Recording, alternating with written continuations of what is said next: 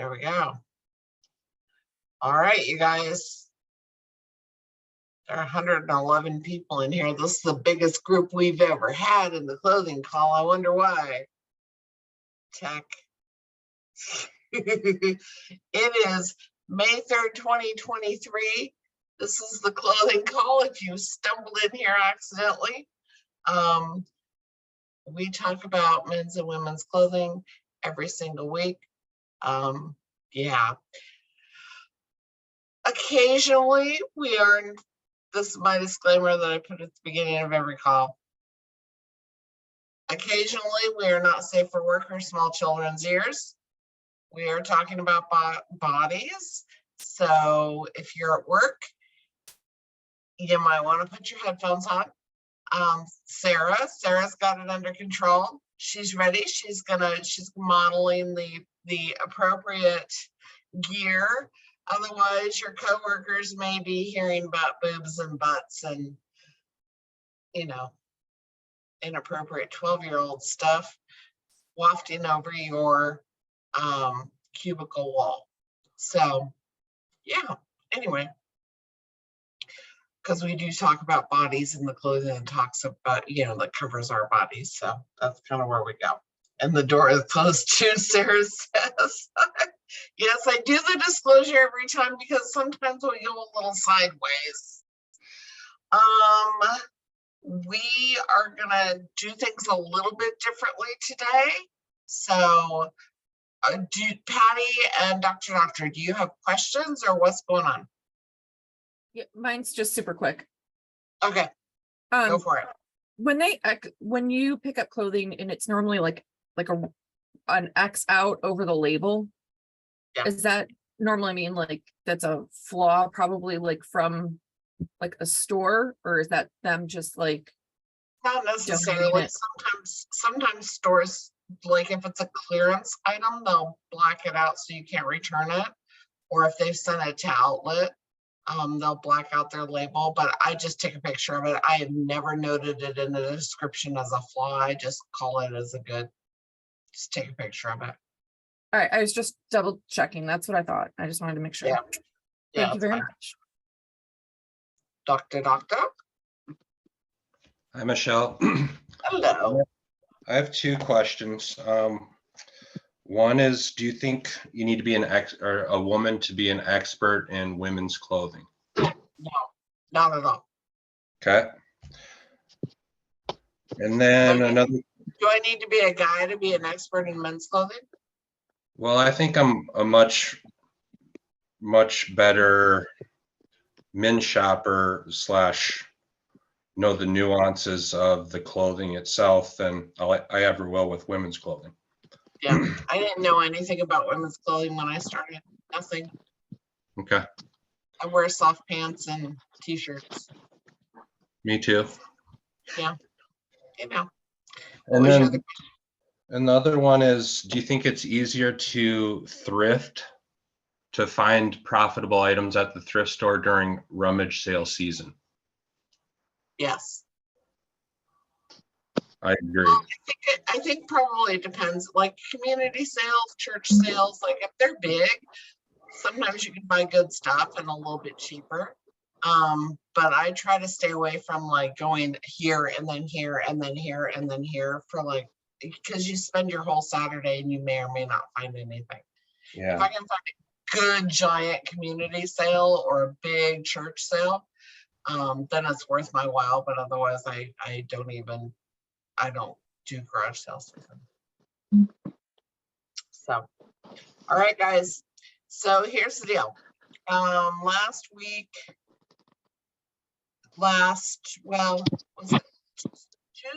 Tuesday, Ted? Was that when you talked about it? I think it was, yeah. Last Tuesday, Chuck started talking about on his call that whole concept of the 8 and the 30. And he got it was on the first call. Okay. It was on and then last Tuesday, yeah, they've been talking about it ever since. And there was a lot of pushback on that, like that was brand new information to everybody, but it really isn't new information. This is the same stuff that we've been talking about for a long time, but I think it was worded differently and it hit people differently than doing that.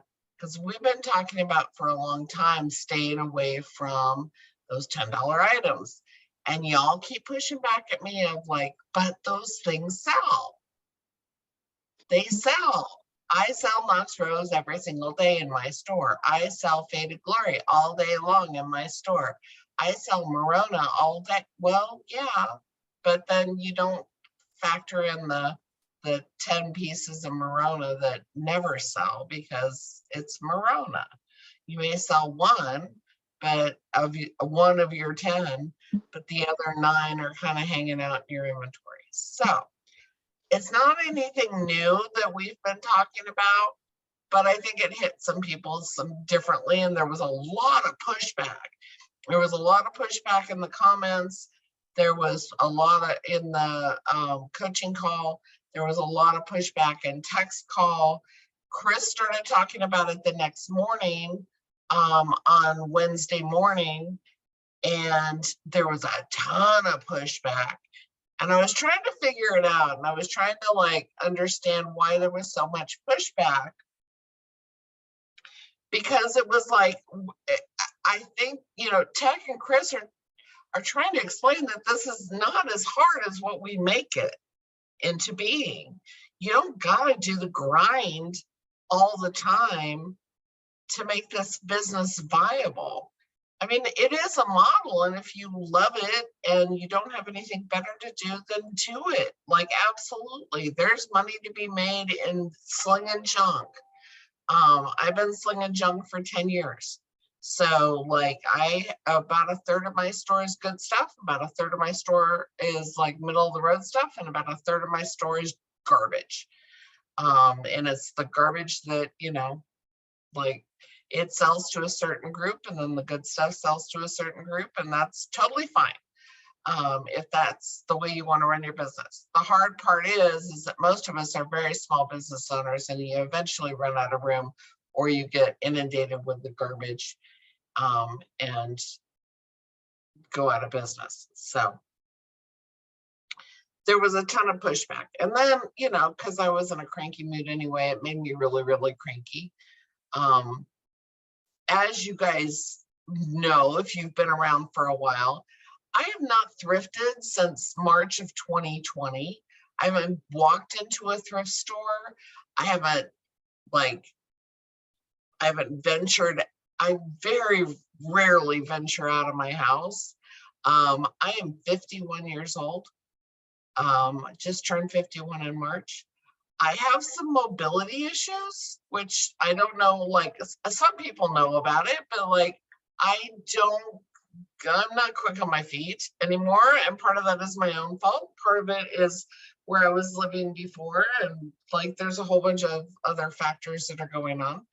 But I don't talk about it a ton, but it happens. And so I have mobility issues. And then Chris said something on Wednesday morning about like, he would love to find somebody in Montana that had mobility issues and maybe was older and that was able to make this thing work. And I was like, well, I'm in Idaho, that's kind of close. It got my ire up, frankly. And so I live in Idaho, which is right next to Montana, for those of you who do not know. Technically the Pacific Northwest, but Sally will say that it's probably not. Some people think of Idaho as like just the weird Wild West. There's no ports here. My flea markets are the size of a flea, and most of them have just like weird Western antiques in it and collectibles. We do have a giant potato, Nadine. Yes, we do. We have an Airbnb that is shaped like a potato as well. So if you ever want to come to Idaho and stay in a potato, feel free. It's not my Airbnb and I don't get an affiliate link, but go for it. It's a lot of ranches and it's a lot of stuff. So I'm in Boise, which is a metro-ish area, but like, you know, it's still what it is. We are not fashionistas here. We are not, this isn't the country where you're gonna find super high-end stuff. So I decided on Thursday morning that I was gonna venture my little chunky butt out to a thrift store for the first time. So I chose the one that was closest to my house. And I was gonna prove it. I was gonna prove it, one, to myself, and two, to you guys today, that this model of 8 and a 30 can be done. And then I thought, well, yeah, but everybody knows that you know your stuff when it comes to clothes, right? So I was like, all right, so how do I even the playing field? Because I'm old, can't be on my feet for more than a couple hours. I live in Idaho, but I have this. So like, how do I prove to you that this can be done by somebody that's a high beginner or an intermediate person? I needed to even the playing field. So I'm not old, but I'm older. Patty is like, wait a minute, I'm not, you're not old. So I decided I would go over into the menswear section and even that playing field, because I consider myself a high beginner or an intermediate person in menswear. I know a little bit about it, but I haven't walked into a thrift store in 3 years. I've been dealing in women's clothing 99% of the time. Men's clothing I know about, but it's not my expertise. And it even the playing field between like my level of knowledge. I am a complete novice when it comes to jerseys or vintage t-shirts, other than what I've like picked up on the, like on YouTube videos or things like that of people that I watch. And honestly, it's not my niche, so I don't care so much. I don't, I'll watch Tex deep dives because I think he's a really interesting guy and he makes vintage look cool to me. But I don't spend a whole lot of time there. And I don't spend a lot of time in menswear. So ventured over to the men. So I got in my car, drove to the nearest thrift store, which was a local mom and pop. It's a medium-sized thrift store, and I went to the men's section exclusively. So the only thing that I had that I picked up that was women's wear was accidentally in the menswear department, and I knew I could do 8 and a 30 into it, so I just picked it up because I could. And so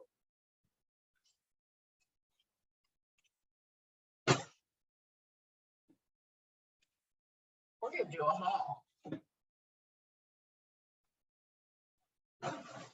It's full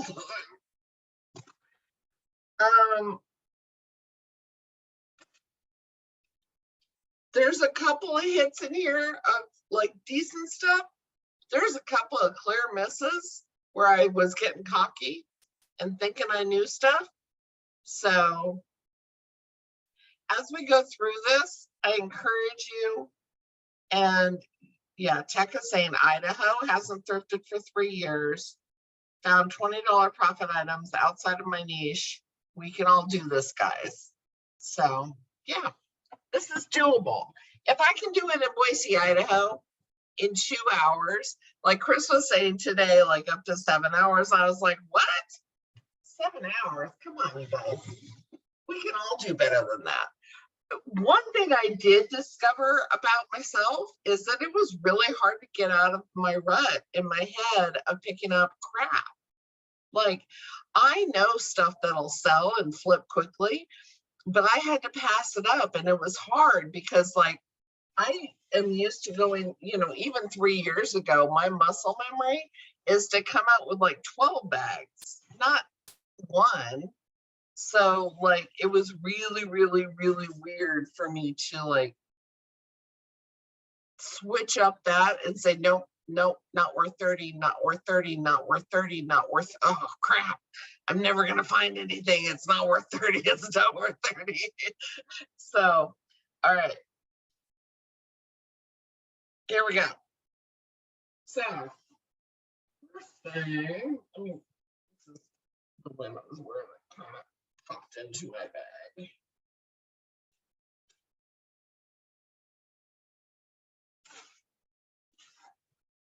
All right. This is, okay, if somebody could look up comps for me, that would be super helpful. Or if you all want to look up comps, I think it would be a super good practice for you. This one is, I will just tell you. Hold on. I'm sorry for interrupting you, Michelle. Before you start, can Chris Yes. start the YouTube recording too? That way, just in case this one ends up corrupting, we have both. Yes. That way Please. we can refer back to this call in the future. Please do, Chris.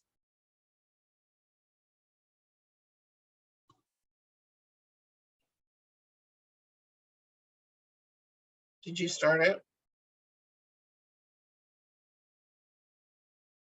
Also, Alfredo asked, can you pin yourself too for like just click yourself and hit spotlight? That way we're only looking at you just in case someone else talks. Let's see. There we go. That's a whole lot of me. Good Lord. All right. Are we recording? Okay, we're good. First thing we got is a Cabela's Safari shirt. Safari series. It's a medium. It's in that like green, super heavy cotton, long sleeve. Great for hunting, fishing kind of stuff. Somebody look up a comp for that. I've not like opened these bags since I came home. I just came home and threw them. So Karen says, so you're in the middle of nowhere, not traveling far. Time's not that big of a factor. But traveling an hour or more, your time has to be a factor. Yeah, absolutely. So you have to make the most of your time when you're, I did 15 minutes. I did the closest thrift stores to me, and did the best I could. Was their size? Medium. And what was that descriptor again besides Cabela shirt? It's the Cabela's Safari series. Okay. And in the green. I Off have the 25.90. You got 25. KT found one sold for 33. So Tech is saying 25 to 35. All right, there we go. This is a Ralph Lauren Blake, which I think is a little bit low on the 30. What did you pay? What did you pay though? What did I say? I What said did about you 30. pay? How much did you pay? I will give you a total. I paid on the, I don't know particularly on that one. I've got my overall averages and I'll Right. give you at the end. Yeah, we'll go over Okay. that. I promise. Okay, this is a Ralph Lauren Blake long sleeve extra large. The reason I picked it up is because, okay, the reason I picked this up is Cabela's is always a pretty decent brand. It's not Carhartt's, but it's still okay. When you get into like Cabela's or REI proper, they're a little bit lower price than the equivalent in like Cabela's and Carhartt's are kind of the same thing, but like Cabela's is going to be less than Carhartt's. Does that make sense? Because it's like a store brand. But this was heavy cotton and the Safari series, so that's why I picked that up. I don't think you're pinned, Michelle. What was that? I don't think you're pinned. I I am pinned. think you did the one No, that you pinned yourself. Chris has You to do didn't- it. Chris has to do it because he's the host. That's why. Oh, okay. Can you spotlight? You can do it yourself, guys. Just change your view. Yeah, you can pin her yourself. You can pin me yourself. Yeah, but in the replay, Upper you right won't see hand it. side, click on view and you can switch it up. All right. I'm not the host, guys. Chris is.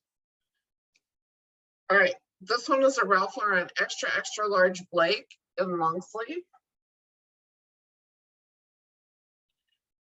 Blake sells really fast for me, so the sell-through rate is good. It's a nice light blue, which is a good color.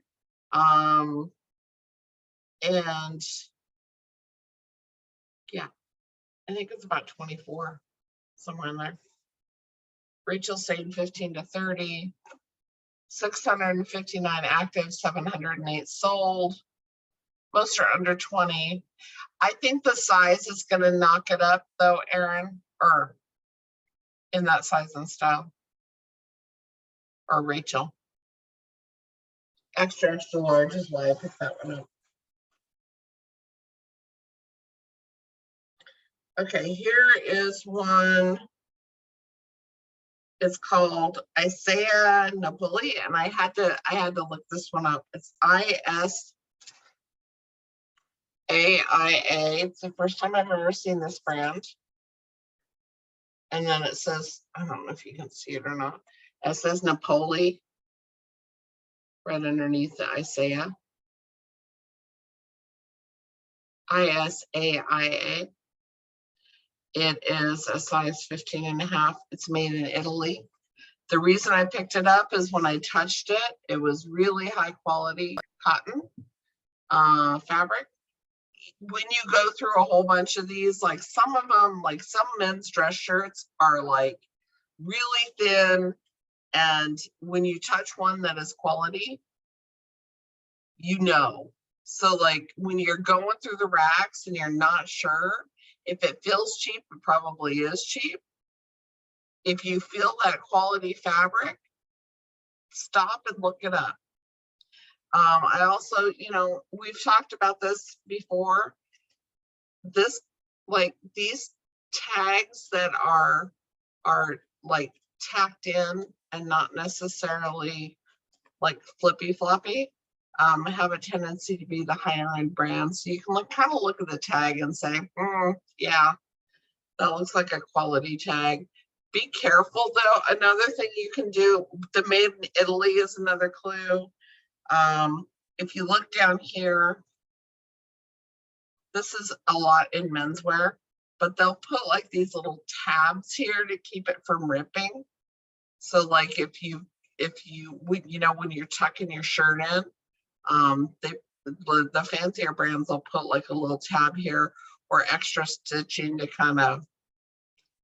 keep this from like tearing apart. So that's another clue that it was a good brand. What's the comps on that one? 50 to 90? Is that what you found, Rachel? All right, last thing I found at this particular thrift store.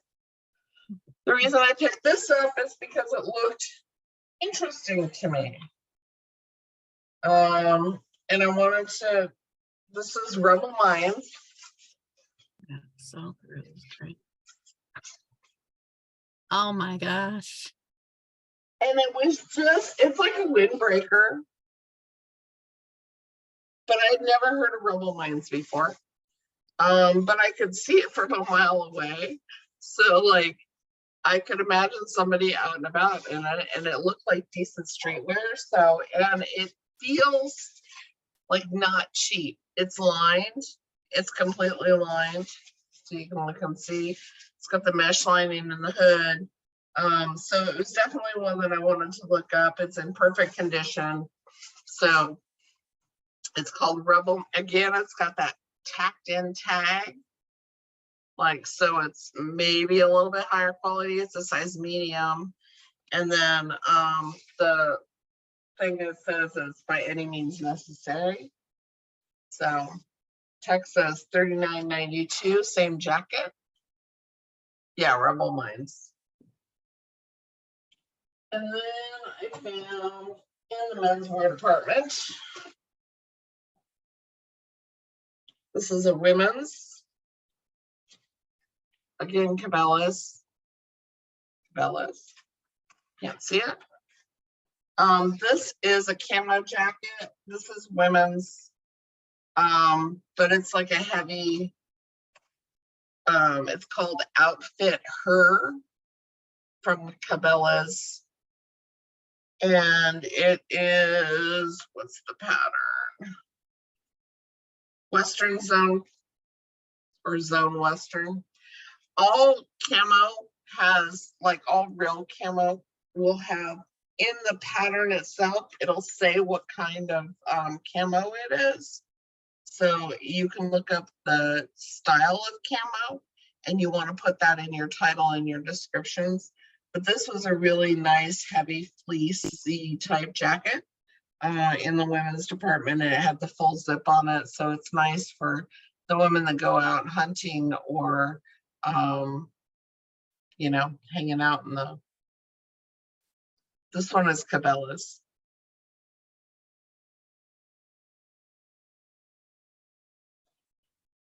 All right. Cabela's. And then on my way out the door, I saw this big old purple duster. These long jackets, this is women's. This is purple. I know it's showing up blue, but this is purple. It's a big old purple duster by John Mayer collection. And I found it in the women's because you have to walk through the women's to get out. And so it was a 20, size 20 women's. So it's a plus size. And when I looked up the dusters, they were going right around $30. I looked it up because I had not seen this brand before. And they were hanging out about $30 for the dusters. Then I got coffee. What exactly is a duster? Like the duster? A long, it's like a long blazer, long jacket. It Okay. can be a sweater, or it's just the ones that go down between your hip and your knee, or sometimes they're like all the way down to mid calf. Yeah, either cardigan or a blazer. It can be a blazer too. Because I had picked up that John Mayer duster, I got cocky. I got a John Mayer blazer, which was a miss. I didn't look it up. Dumb. Because the duster goes for right around 30.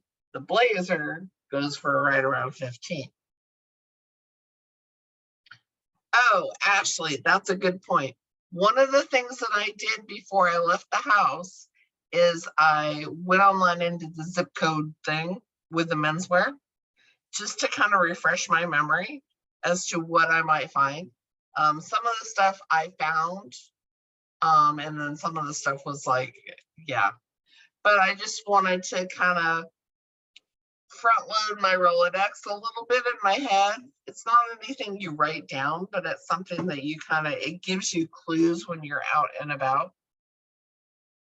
So this is not going to do for my 13. And I had a mess in there. So I went to one more store. I went to the Goodwill. And we're gonna do average cost of goods, I promise. But average cost of goods, remember, isn't like, what did you pay for that one blazer? Average cost of goods is how much did you pay overall? So I might pay $10 for something. I might pay $3 for another thing. It's the average of the two that gives me, and I've got total averages for what I did. Okay. Do you include your misses? So when Yep. you're looking at your average cost, even though you may not list it, do you include that in your average cost calculation? I'm still gonna list it. I'm just gonna list it for the lower amount. Okay, but if you had a piece of junk, It's not complete junk. It'll still sell, but it's not gonna be in that $30 range. Sometimes you hit, sometimes you miss, but I'm not gonna throw away $5 either. So I was just dumb. I got cocky. Okay. Second store, this is the Goodwill. I had a 20% off coupon here. So, because I donated a whole bunch over the last 2 years, I figured if I ever went back to the Goodwill, that I wanted to have a good old stack of coupons in there. All right, first one that I picked up is Eaton. This is an Eaton shirt. The first time I ever picked up Eaton, I picked it up for the same reason that I picked up that Napoli shirt. Is because it's quality. I could touch it and it felt like quality. So this is what the Eaton tags look like. Pick up this brand, guys. So this is nice. This is a check. It's got a plaid.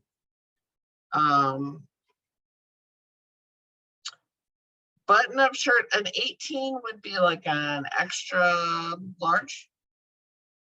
This one is a 15.5 slim cut Eaton, E-T-O-N.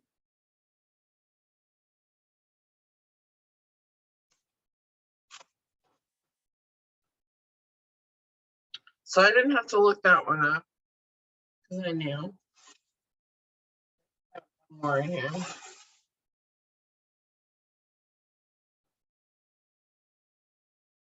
Yep, here's another one. Slim fit, same thing. Probably same guy. Eaton. This one is kind of like a blue. It's got like teeny tiny little blue rocket ships all over it. But it's got the, the slim fit, so it's like a modern fit, 15.5, which is like a medium. There we go. Better designs are more money, so it's $30 to $45. Thank you. Here's another Ralph Lauren Blue Label. It's in the large. Again, the plaid. The reason I picked this up is because it's that really heavy cotton, the heavy cotton casual, long sleeve again. I kind of got stuck in the long sleeve section. They had their long sleeves on a lower price point, and I was able to find a whole bunch of stuff because it was hot that day. It was like 80 degrees here. So no one was in the long sleeve section. I was able to get a whole bunch. So this has got the little colorful pony in there, which it doesn't mean anything really. It's the Ralph Lauren regular Blue Label, but no, heavy cotton. Okay.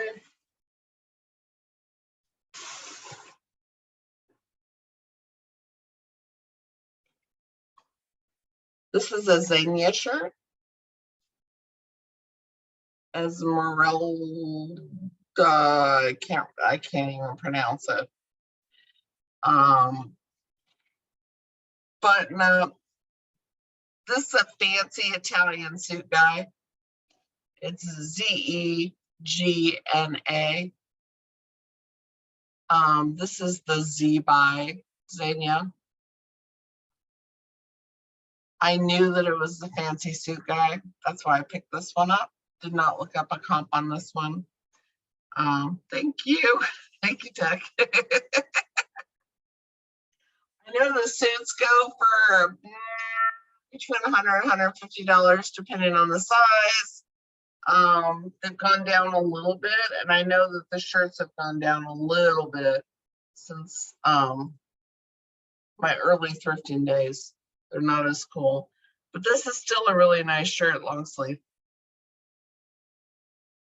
Chuck says I can't say it, but I can spell it. Is Z still good for Xenia? Okay.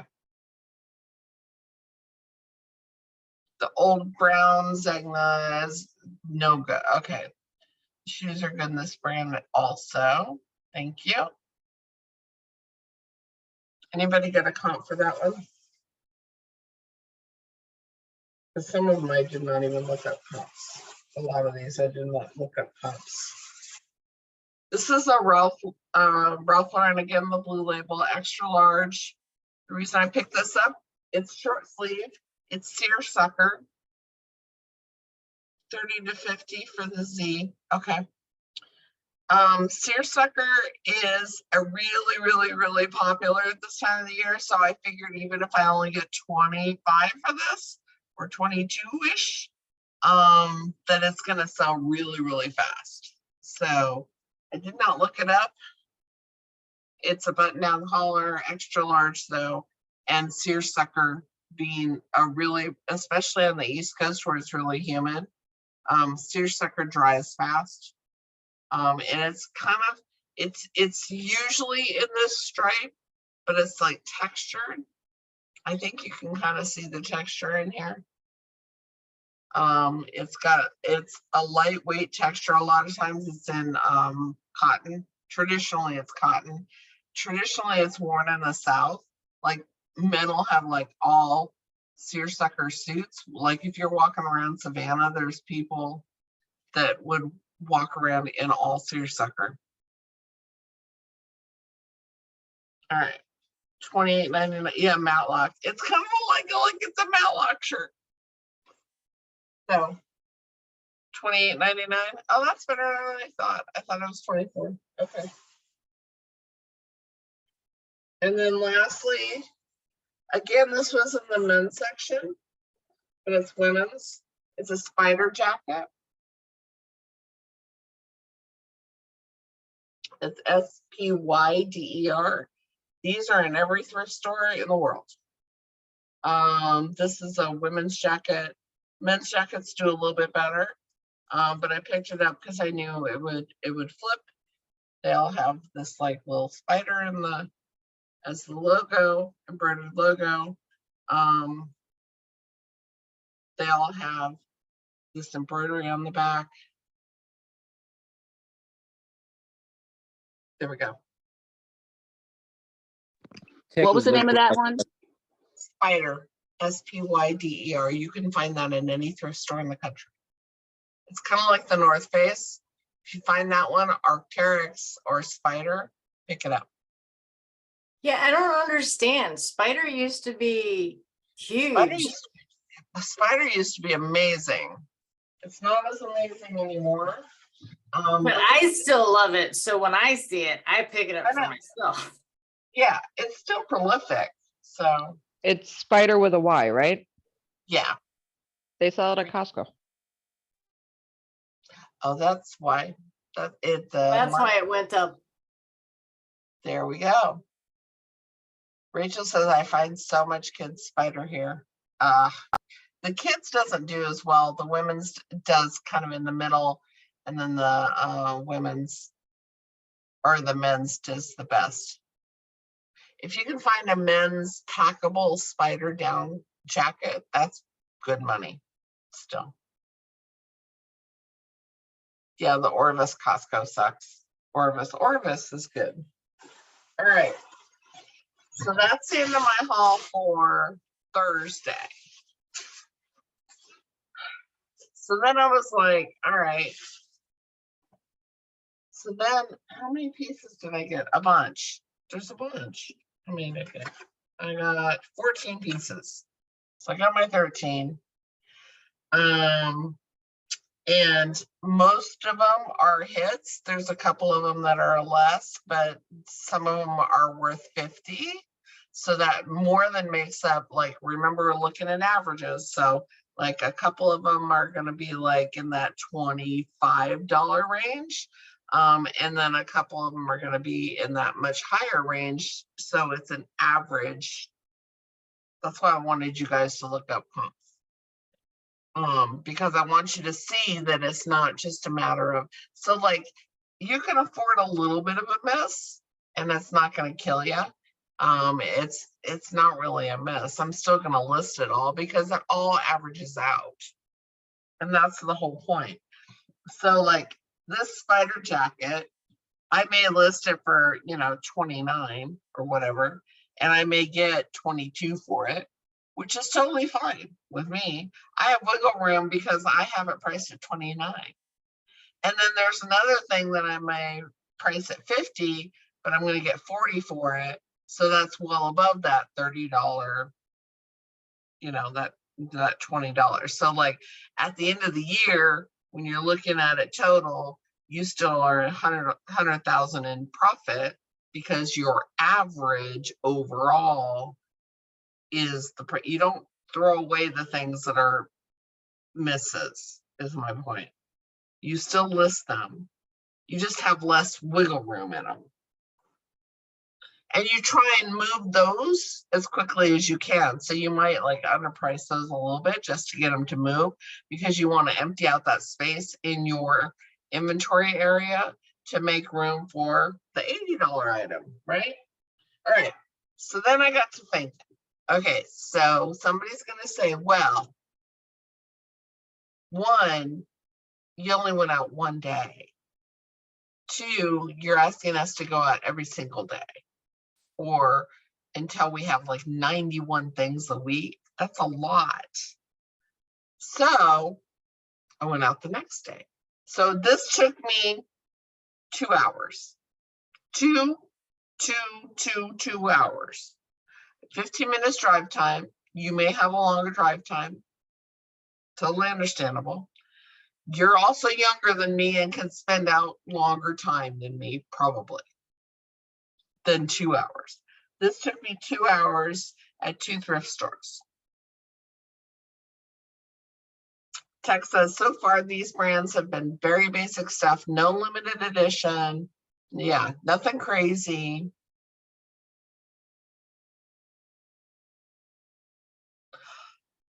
See, and I didn't even look at Roundtree in New York. I can't sell that for the life of me.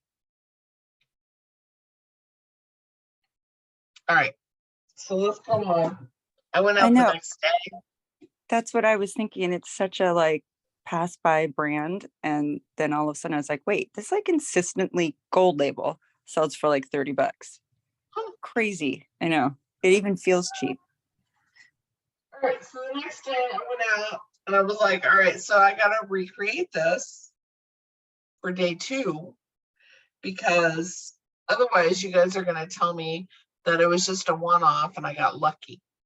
I got lucky with my thrift stores, or like somebody donated some cool stuff and good for me, woohoo. I can't do this on a daily basis. So I went out the next day to a different thrift store. The first one that I went to was, well, actually I only went to one on the second day.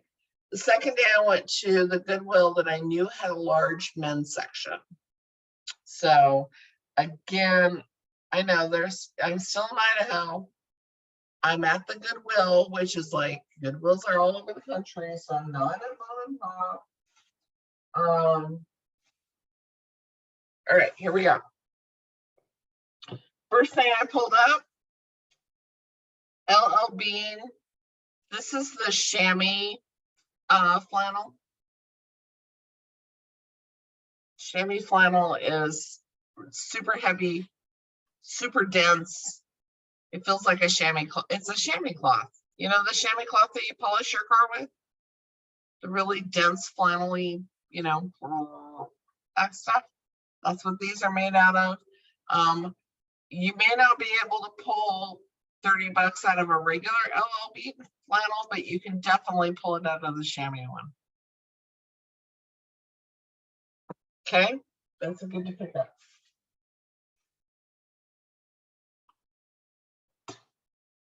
I love this store because they have a huge men's section, and they have, this is a little bit more expensive area, the one that I went to on the second day. So this is a Robert Graham. This one is actually not very fancy, but Robert Graham, the fancier it is, the more money you're going to make on it. And I debated on this one because I wasn't sure I'd be able to make $30 out of it, but I think I can on my side of the country. It's mostly an East Coast brand, but on my side of the country, just because Best Match kind of, I've never been able to, I've always gotten $30 and plus on Robert Graham, even today's date. If you ever find a Robert Graham that says limited edition, that's big money because those are numbered and expensive. And Robert Graham has a tendency to be super loud. This one's pretty mellow. And if you find a super loud one, those are worth more money.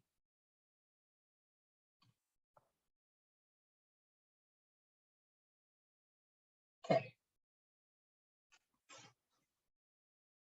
Here we go. This one is Duluth Trading Company. This is a 4XL in Duluth, and it's new with tags. So the original price tag on it was $64, but it's a 4XL. Here's what I do with these. Because 4XL guys don't want to go out shopping. Honestly, most men don't want to go out shopping. I will cut the price off of this because I don't want them to know that originally it was $64.50, and I'm probably going to run this at $49 to $49.54, somewhere in there. Because the big sizes move. Because a 4XL guy doesn't want to have to go into the store and have to deal with it. If he can go online and find it and it's a little bit cheaper and it's brand new with tags, holy moly. So I can cut the tag off of it. The 4XL is a rarer size. What'd you find? 32 to 35 now? Okay, there we go.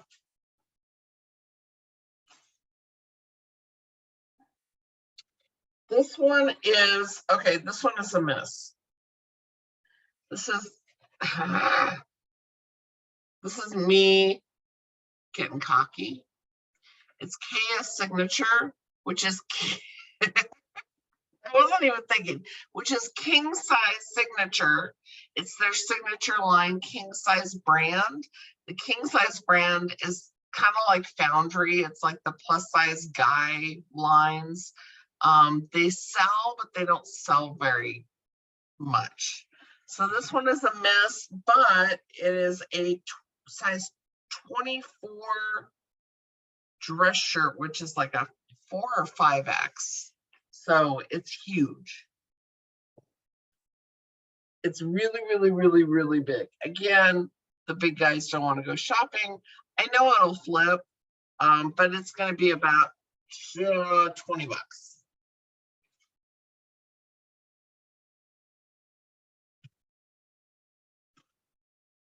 All right.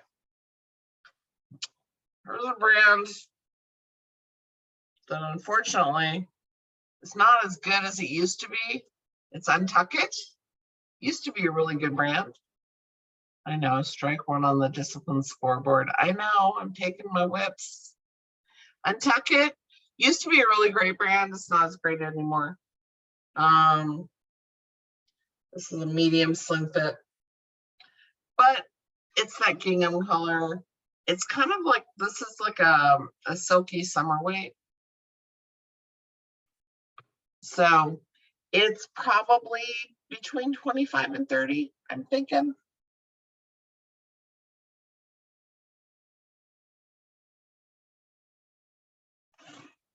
You'll notice that sometimes I'm picking up because of material or size, because the size matters in the men's world. And materials matter. So linens, seersucker, cashmere sweaters for men. They want to, if they're going to dress nice, they want to dress nice, but they're not necessarily as brand focused as they are. Like the average guy is looking for particular materials, or if they are, or styles, like if they like that Western style, they like the particular things in that Western style. The Robert Graham guy is just the Robert Graham guy. He likes Robert Graham.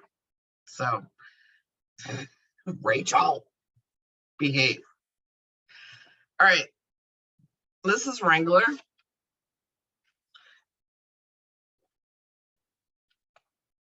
It's a Western shirt. It's heavy cotton. Okay, so some of these can be a hit and some of these can be a miss on the Wranglers.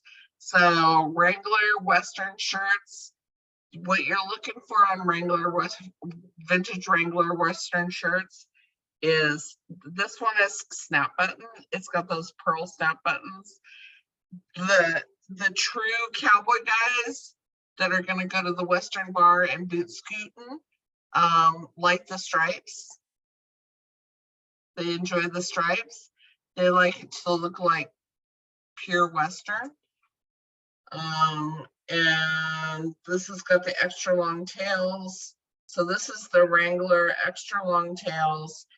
It's a 15.5, so it's a little bit smaller size, 100% cotton, but it's got the snap buttons. It's got the stripes. It's certainly Western. Michelle, Let's drag out our cowboy boots. Yes, Sam. whenever they are brightly colored, a good keyword is bush popper. There we go. By bush, is that the with a Brush or CH? bush? Brush. Well, is it like brush? Okay. Well, I thought like Anheuser-Busch, like BRSCHE or something. I'm sorry. I didn't mean to go there. Well, someone has one of those listed, a vintage one for $120. I don't know if yours is vintage, but I will have to look up the tag. Yeah, I just sold one for 60. This is nice and heavyweight. Is mine vintage, tag? Okay, he's saying it is. Or mine is. Yeah, it's the blue tag. My thrift mountain is falling over. All right, here we go. Here is the Orbis Classic Collection. It is a flannel shirt. Flannel is like that brush cotton, the soft. These are really good when you're camping, guys. So like flannel is still kind of a in thing and you can sell it year round.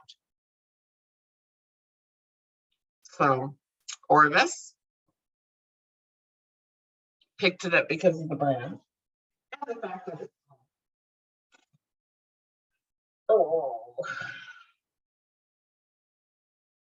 another Uncheck It large. The reason I picked this one up is because, okay, so the first Uncheck It, I went past it because I knew that it was probably going to be really, really not quite what I wanted. But then I saw this one, and this one is denim or chambray actually. And that's really in right now. So I was like, all right, I'm gonna just pick them up both up and I'll get both of them. So the chambray is the reason I picked up this Untuck It, and it's a size large rather than a medium. The other one was a medium. So the other one is a miss. This one is a little bit closer, I think, as far as wearability or sellability. Another flannel shirt, Untuck It flannel. Again, good for camping. This one's a medium.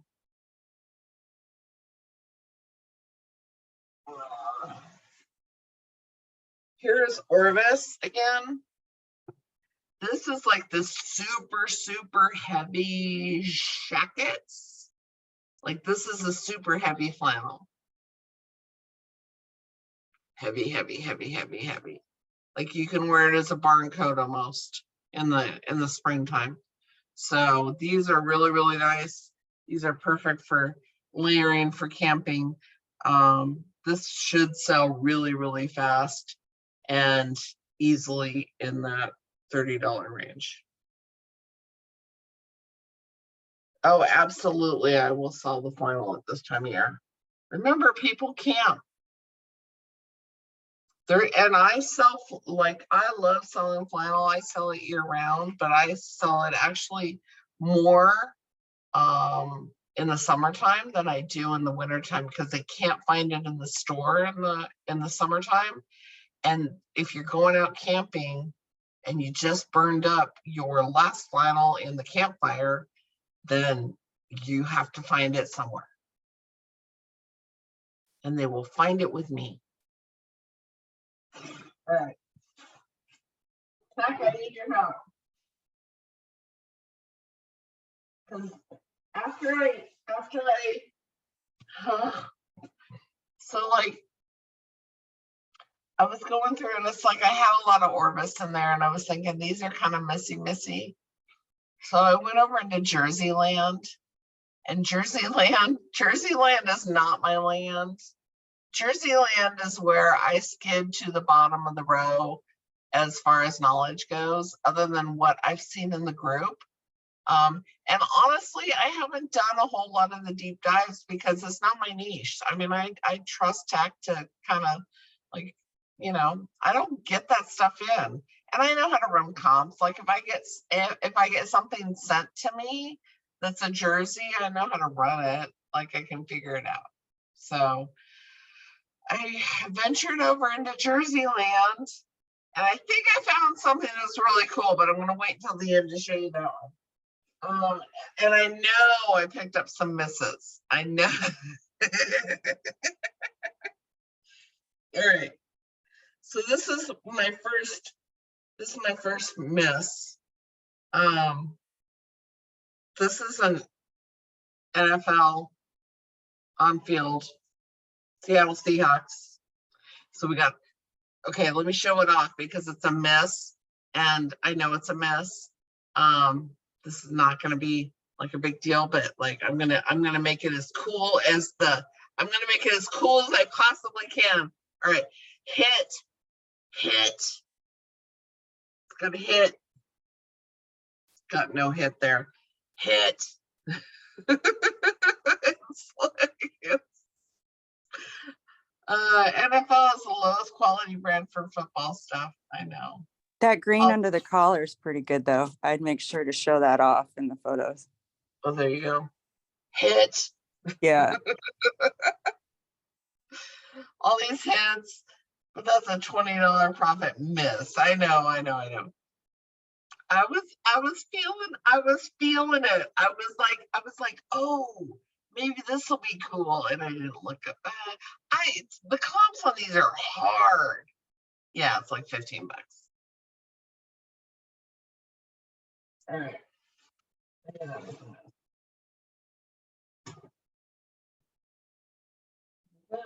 This is back into this is Orvis Land again.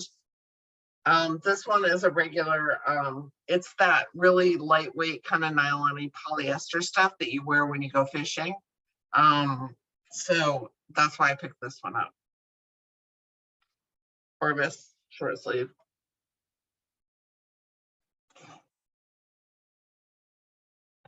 All right, this one I could not find anything on. Yes, sports ball. I couldn't find this color. I don't know what I'm doing. This is a Raleigh jacket. It was a jacket though. So like this is not sports ball, but like I couldn't find anything that was even similar. And there's no tag on it.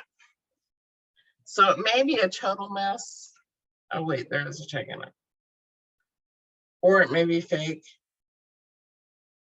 Maybe fake. Door number 2's, yeah. I got all cocky. I liked the graphic on it. It said Raleigh. Leave this one on the racks. I told you I don't belong in jerseys. Go with what I know. All right, here we go. Here we're laughing again. NFL team apparel. It's the Packers. Look at all the hits. Look, it's got the hit. It's got the hit. It was spelled correctly. I know this one's a mess. I just switched to the Jets. Oh, that's more of a mess than I thought. That's so sad. All right. I tell you, sports ball, guys. I'm not perfect. So, Michelle, are these clothes sorted by how you shop them? So is this the end of your second day shopping right now that we're going through? This is, yeah, I only went to one store on the second day, so this is all from one store. So do you think as you got more fatigued, your decision making started going down? Is that you start hitting door number 2? I didn't hit door number 2 on purpose. It was stuff that I thought was better than it was. And there was a point in there. Okay, so I started shopping the store, and there was a point in there where I felt like I wasn't going to find anything like really good. And so I started getting nervous, honestly. And that's when I started, like, my anxiety started hitting door number 2. And that's why I started picking up some of the stupid stuff. And the fact that I was in Jersey land and I had no business being there without knowing anything about jerseys. Like, I think I should have stuck to what I knew. I ended up with what I think is one hit in the Jersey land. So lack of education is what hung me up here. And it's very hard to look up comps in Jersey land. All right, this is Huck Fishing. These fishing brands do really well, like Sims and Huck. This is like a base layer. So this one should be a hit. I haven't looked at I think I looked up comps while I was there. So this one is a good one. This is like a base layer with the mesh under the arms. You can kind of see it a little bit. These base layer fishing shirts, though, look them up. They look cheap, but Sims, Huck, guys will wear these underneath, like on the spring days that they go out fishing. They'll wear them as a base layer, and then they'll put a short sleeve shirt or a long sleeve shirt over the top of them. So they really like them. Did anybody find a Huck comp for me? All right. This one's Land's End. Not fantastic, but about 25 bucks. It's like a quarter zip sweater. Land's End, large, men's, blue. Run another room.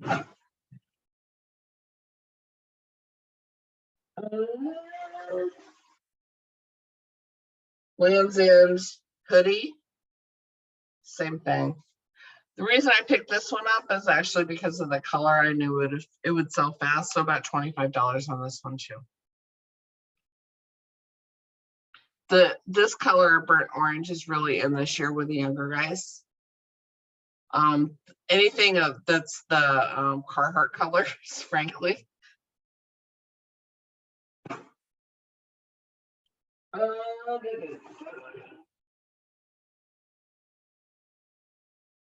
Okay, here's another fishing shirt. This one's a Sims. It's another really good fishing brand. This is another base layer. It's got the high neckline. You'll see this in the athletic wear, but it's actually a fishing brand. Sims does really, really well. It's actually a good menswear brand. They do all fishing stuff. So if you see Sims, that's one, at least for now, because like we all know that bolos go away. For now, it's a good one. Okay, this one is a very heavy LL Bean.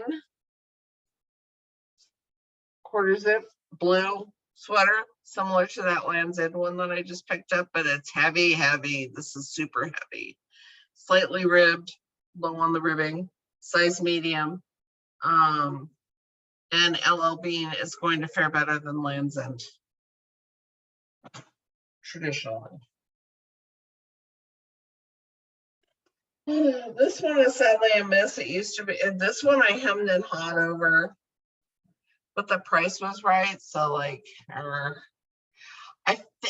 I'm pretty sure I can get between 25 and 30 out of it.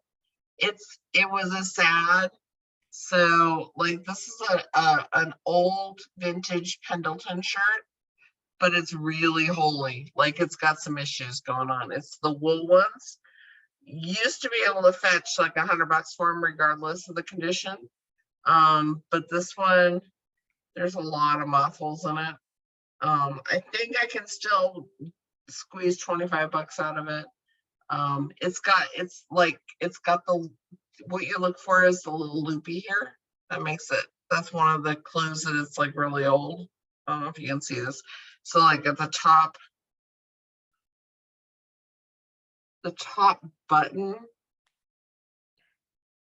has a, see that little loop thing? That's a sign that it's actually really old vintage. So this is, I don't find Pendleton, like the old Pendleton very often, and it's usually super expensive. This one was very like just on the regular rack with the other stuff. Because I think it was so holy that they weren't going to charge up for it. So it's just got moth holes in it. It's not like giant gaping holes. It'll still sell. What'd you pull for a comp on that, Tech?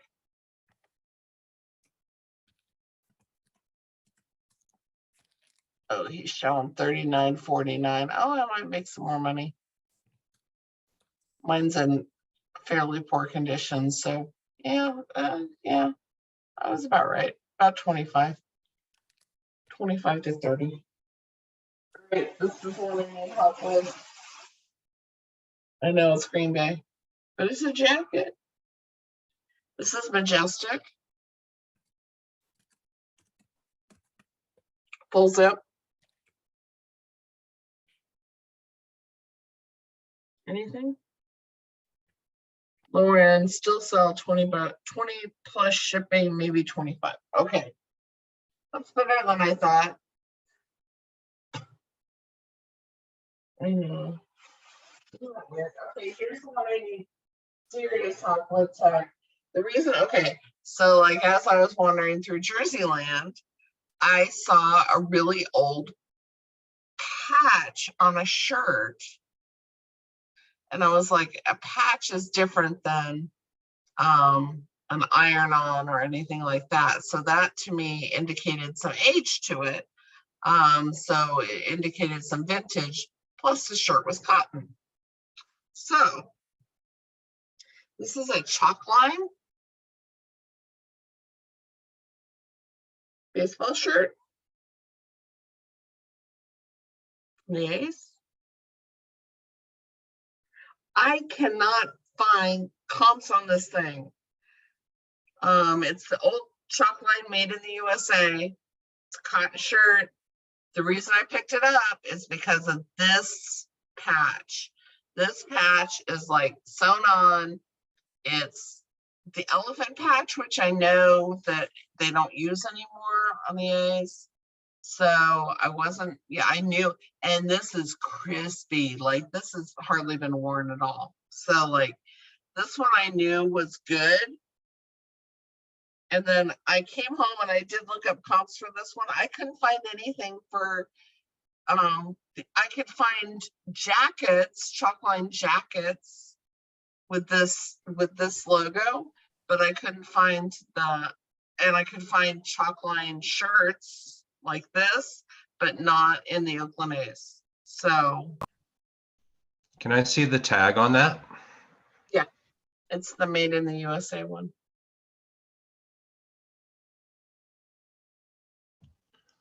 Very cool.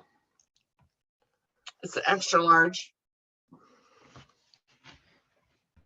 $100 easy, Texas. I knew that one was a good one. I know, and that was on the regular racks. I got that one for like I think $5.99, and then I had $20 discount or 20% discount. Yeah, that brings up the average. So remember, we're talking about averages. So for all my $100 saves the Majestic Packers. The Eaton saves the Aaron Rodgers. See, there we go. I haven't got our average cost of goods yet because we're not done. In my neighborhood. So, in the interest of 2 days, this is 2 days, my 2-day mountain. I was like, all right, I can do this again. So I went out for the 3rd day. Now the 3rd day happened to be Saturday. Saturday sucked because I went on Saturday to the Deseret Industries, which is closed on Sundays. But I went there because I knew they had a good clothing section. And I have found their men's section is actually pretty big. And in this area, the LDS community is fairly affluent. So what they donate, there's like big families and they have a tendency to donate good stuff. So I've done well at Deseret, but it was a Saturday. So like there was throngs of people there. Yeah. So the first thing, I'll look at that. Let's see what I do. There you go. I have been sure around over there.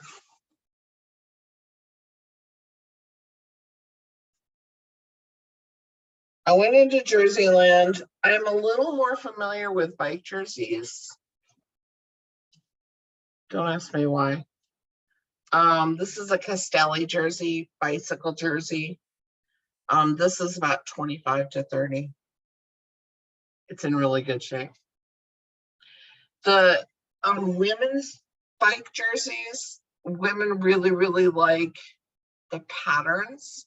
So like if you find something with like, I don't know, giant flowers or really ornate stuff, women like to collect the jerseys because women that bicycle have a tendency to, you know, have like a whole wardrobe of bike jerseys. Then I will give you and the only one I picked up. I was sad because Deseret was not doing me very well, so I went over into women's wear. I picked up some Lululemon. These might be men's shorts. I'm gonna have to look them up. I think these are men's shorts, just looking at the logo on them. They might be women's. Lululemon shorts. That's an easy $30. You can tell by the sizing. Men's sizing is small, medium, large. Women's sizing is numbered. I think this one. Small. There we go. It's men's. Yay. Thank you very much. So that's an easy $35 to $40 if it's in men's. If Isaiah doesn't get it. I don't know if he likes that style. He's been looking for Lululemon, so. Hold on, what size is it? Small. Oh yeah. You know wait me. a minute, Lululemon? All right.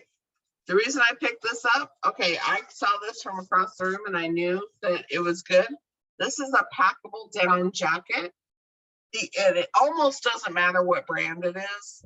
These packable jackets women's, men's, kids. They will pack into a backpack the size of a softball. So they're like they're really lightweight. They're down. This one is Eddie Bauer. Look at this. This is the Storm Down 800. The Eddie Bauer First Ascent in a large, women's large, but that packable down, the kind that's super thin, goes really, really fast. It's great for hiking because you can just jam it into your backpack and like pull it out. But it's great for hiking and camping and things like that. So women and men really love these jackets. You can get these, like, it doesn't even matter what the brand is. These are like $30 and up all day long. So That's a woman's large. it's a women's large in purple. I'm buying it, like, seriously.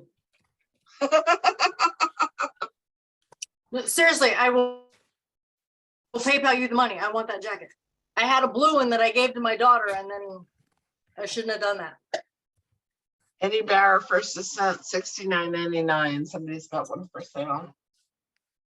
I'll give you a deal there, Cheryl. The down-filled ones or the polyester filled, they both sell well. Down-filled, obviously better for higher price.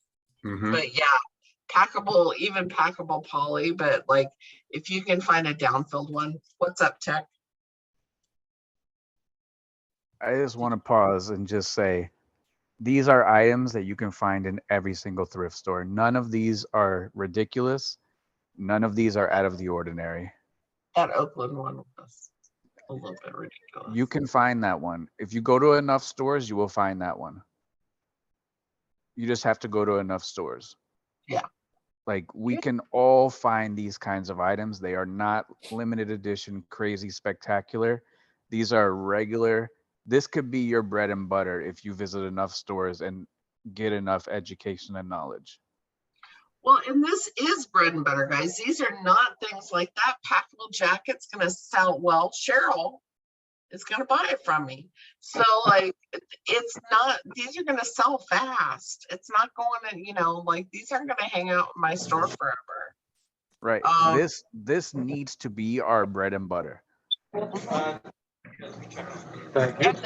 it's a lot more fun to list something that you know is going to sell fast than to list something that is your faded glory out of your death mountain that you know at most you're going to make $8 off of.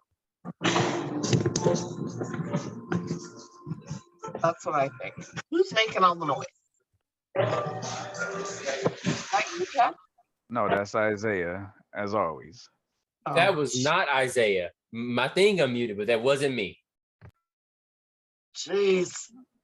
That's him. Packable jackets are, when you touch one of these, they're like feather light. This looks like it's heavy, but it like weighs like 6 ounces. Like it's super lightweight, and it's packable because it will smell. A lot of times the packable jackets will even have like a bag attached to this little tag right here. They'll have like a drawstring bag that you can jam it into the bag and then throw it into your backpack. But if it doesn't, it basically will do this. Like it goes down to the size of like a ball. And the way that they fit, they're almost like wearing a sweater. Yeah. With a zipper on it. It's great. I wore a blue one just like it to Yosemite when we went out to Yosemite and hiked in that thing all over the place, and it was awesome. Yeah. It doesn't wrinkle, Kim. It's all good. Yeah, they don't wrinkle. They don't wrinkle. That one has, you want to make sure that there's no tears in it because they are down. So make sure that when you're looking at flannels and you're looking at packable jackets, things like that people wear outdoors, make sure there's no burn holes in it because people sit next to a campfire and get like little burn holes on them.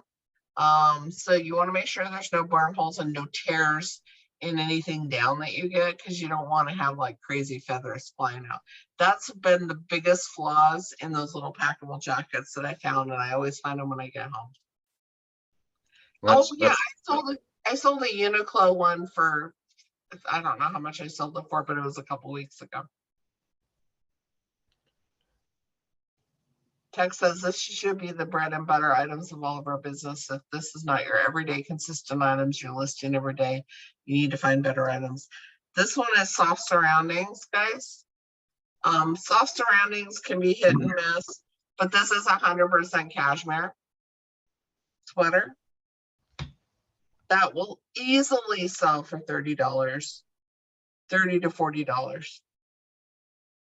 And then the last thing we got at this particular store was an Alan Edmonds sweater. And I knew Alan Edmonds shoes, which I obviously heard of. They're a brand that like doesn't sell as well anymore in the shoes, but I looked up the sweaters and they actually do pretty well.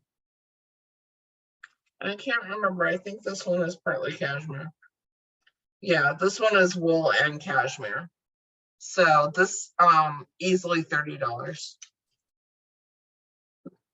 So, and this is men's.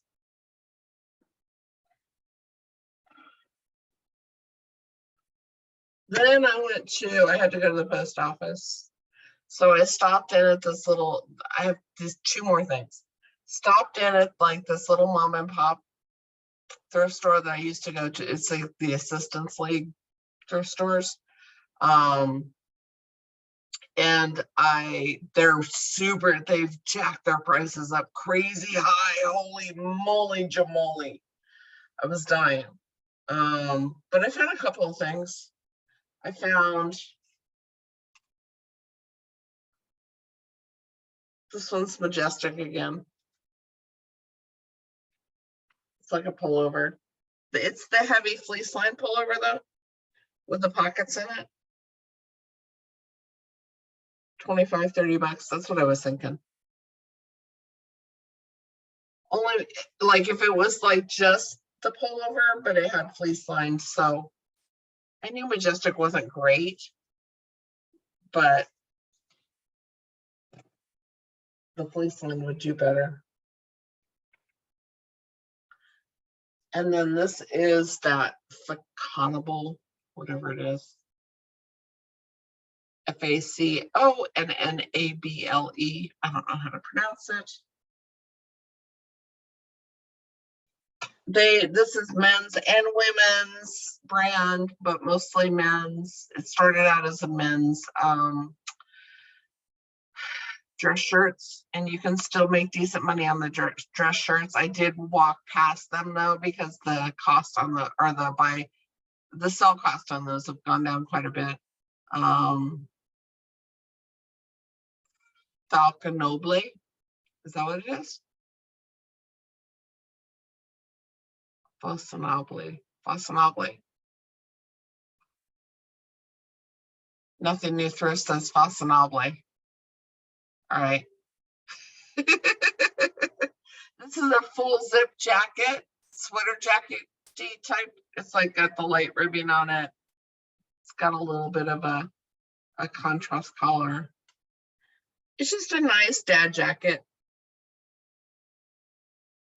So I only spent like 15 bucks at that store for those two things.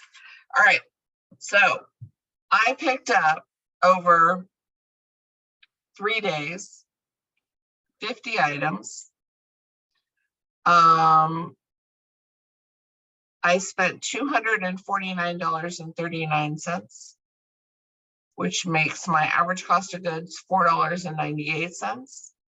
Again, I had, for the 2 Goodwills that I went to, I had 20% off coupons. I'm not old enough for a senior discount, so everything else I had to pay full price for. So $4.98 average cost of goods. I was not shopping the sales. I didn't care about the sales. Some of the things I paid up for, some of them I paid down for, some of them were like $3. I don't care, doesn't matter. Basically what I would do if I were doing this on a regular basis, which I might actually start doing because it was kind of fun. Text says 47 items, pure profit. Garbage is the other 3 garbage. So what I would do is that, like, Cheryl, you can help me here. At the end of the week, I would take all my receipts and I added up how many items I purchased. So I saved my receipts for the week. I added up how many items I purchased, and I put that in one row. And then I put like my total that I spent, put that in another row and added it up. And then just divided it for my average cost of goods for the week. And you can do that for the week or the month, or you can do it for the week and then do it at the end of the month to get your average cost of goods. So what's up, Tech? No, what I was saying is the jersey for $100 and the 2 Eatons for $60, $70 each. You've paid for your entire load and you have 47 items that are pure profit. Oh, okay. Like, you can't argue with that. It's 47 items, pure profit. There you go. That's what you do. So it can be done. Nobody has any excuse. If I lived in a 1-horse town, I would drive once a week and go thrifting all day. I lived in Oregon when I started on eBay. I was younger then. In the middle of nowhere, I was 150 miles to the nearest town. The town that I lived in was not even considered a town. It was called Frontier Land on the map. It wasn't even registered as a like metro of any city, town. It's all frontier land out there. So I had to drive an hour and a half to get to any thrift stores. That's when you just start doing barn sales during the week, and then you go once a week. This is a town where like people put their good Wranglers on to go to church. That's the kind of town it was. One stoplight. So you go to the barn sales, go to the garage sales, which is in somebody's barn somewhere. And then you go once a week to the nearest town, an hour and a half away, and you thrift all day. So that's, instead of doing it for 2 hours at a time, you do it one time a week all day long. Or you decide to spend, like 4, 5, 6, 7 hours at the bins where they're continually rolling out inventory for you to look through. The hardest thing for me though, I see you up there, Stephen. I'll be there in just a minute. The hardest thing for this was to skip the stuff that I knew wasn't worth the price point. And I think what happens is we get stuck in our brains, like of who we are in this thrifting world and what's easy. Because I used to come out with my car full. I'd go to one Goodwill and I would come out with a carload of stuff. So coming out with one bag was just weird. Passing up perfectly good brands that I knew would sell was weird. Like, if I knew it would sell, that would be something I would normally pick up. But knowing that I had the criteria in my head of like, I had a job to do. And my job was to find the pieces of gold out there that were over $30 or close to $30. My buy cost was a little bit less than $8. So I had a tiny bit of wiggle room. I knew I had a 20% coupon, so I had a tiny bit, a little bit of a wiggle room. But I knew that I had to like hit that criteria, passing up all the gross stuff or like the normal stuff that I would pick up. That was the hardest part for me. So it can be done. If this old lady in Idaho can do it, y'all can do it. And I did it over 3 days, and I went to different thrift stores. So it wasn't just like one honey hole that I went to where all the good stuff is. It was like I went to Goodwill's, I went to Mom and Pop's where I only found 2 things. I went to the Deseret Industries where I found nothing. Like I went to several different places. So I want you to stretch yourselves a little bit and give it a shot, because I think you can find it.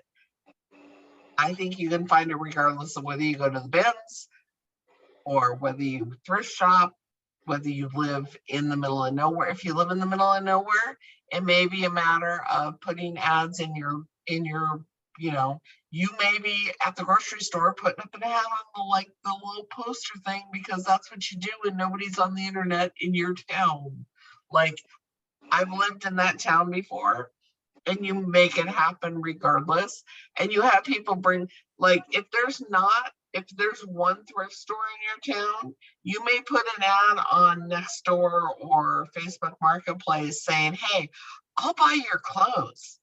If you want to get rid of some of your stuff, I'll buy your stuff, because they're not buying their stuff. Well, they are. They're going to the local feed store where they have clothing department, but they're buying Ariat, which is a great brand. They're buying Orvis. They're buying, you know, Carhartt. They're buying all the really cool stuff.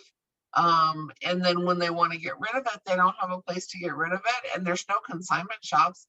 So put an ad in your like local Piggly Wiggly and tell them you'll buy their stuff from them.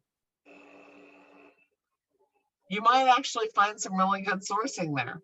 So, or if it's big enough to have a dry cleaner, that dry cleaner doesn't want to have to schluck things off an hour and a half away to try to get rid of stuff that hasn't been picked up in 4 years. You might have a source there. So you just got to get creative. All right, Cube, what's up? Hey, Michelle, can you hear me? Yep.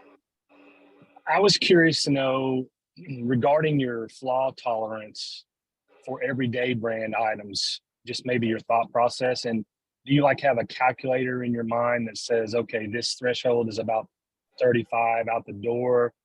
A spot is going to make it. I mean, do you just have that type of, is that what going through your head when you're determining whether or not to go ahead and buy that? And with the exception, you know, understanding not Pendleton, not CC Pilsen, but I'm talking about your everyday, your brands. Everyday brands, if it's something that they can turn around, okay, it depends. If it's women's wear and it's fast fashion, then it needs to be flawless, pretty much. Because women don't tolerate, they can turn around and buy a flawless for $5 from somebody else. So they're not going to put up with my flaws not for Forever 21 or something like, you know, your regular mall brands, or even all the way up to Eileen Fisher. So women are a little more picky than men. Men have a tendency to, they'll look at it, and if the flaws aren't ridiculous and you point them out and you're honest about them, a lot of times you don't have to mark them down at all. Like, if it's got a little stain, a guy doesn't care a lot of times, as long as you point it out. Gotcha. So you just have to be super, super honest on the menswear. But even on the everyday, your anchor blues, if they've got a stain, or like their cargo shorts with like a little tear in them, guy's gonna wear them to mow his lawn. He doesn't care. You can still get 15, 20 bucks off of it. So, all right, Kim. Yep. What's up, Kim? So of the stuff that you get delivered to you, what percentage would you say is hitting this 30 and above mark? Probably about 30%. Why do you change it? So big difference. when I look at my store, about 30%, well, probably about 20% of my store is higher end, gold. About 20% is silver, which is still within that threshold of like that $30. So you've got a little bit of gold, like $100 plus or $80 plus.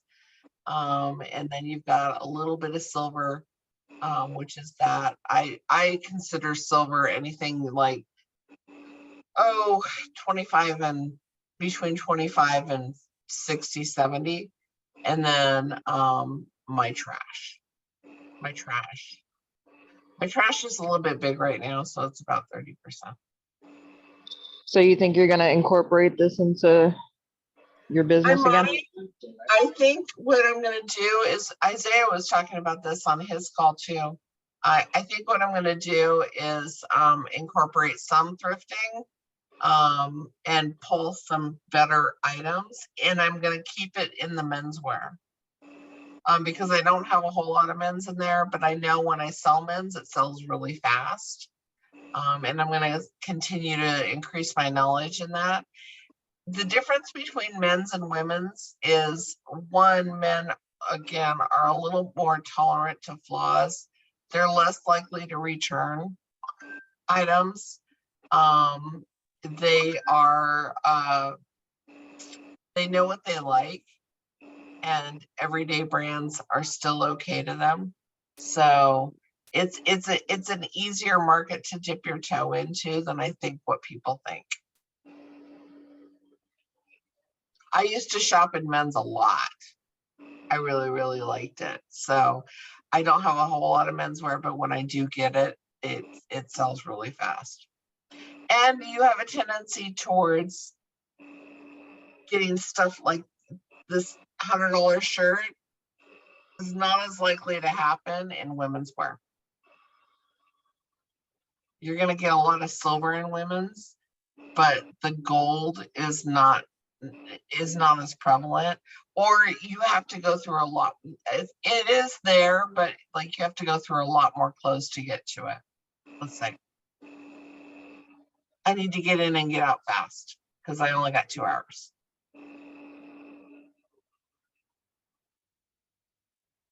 All right, Len, what's up? Hey, Michelle, that was a great job. Quick question. I'm in the process of setting up my sourcing route and gonna check the bins this weekend and stuff. I also just remembered I have an outlet mall by me that's obviously name brand stuff. There's Nike and things like that. And I just wondered what your experience was with that. Obviously, I'm sure it's a little more hit or miss, but what your thoughts are on like main, brick and mortar stores that have like new items or outlet. Hit and miss because they're at the outlet. A lot of times they're a lower quality. Okay.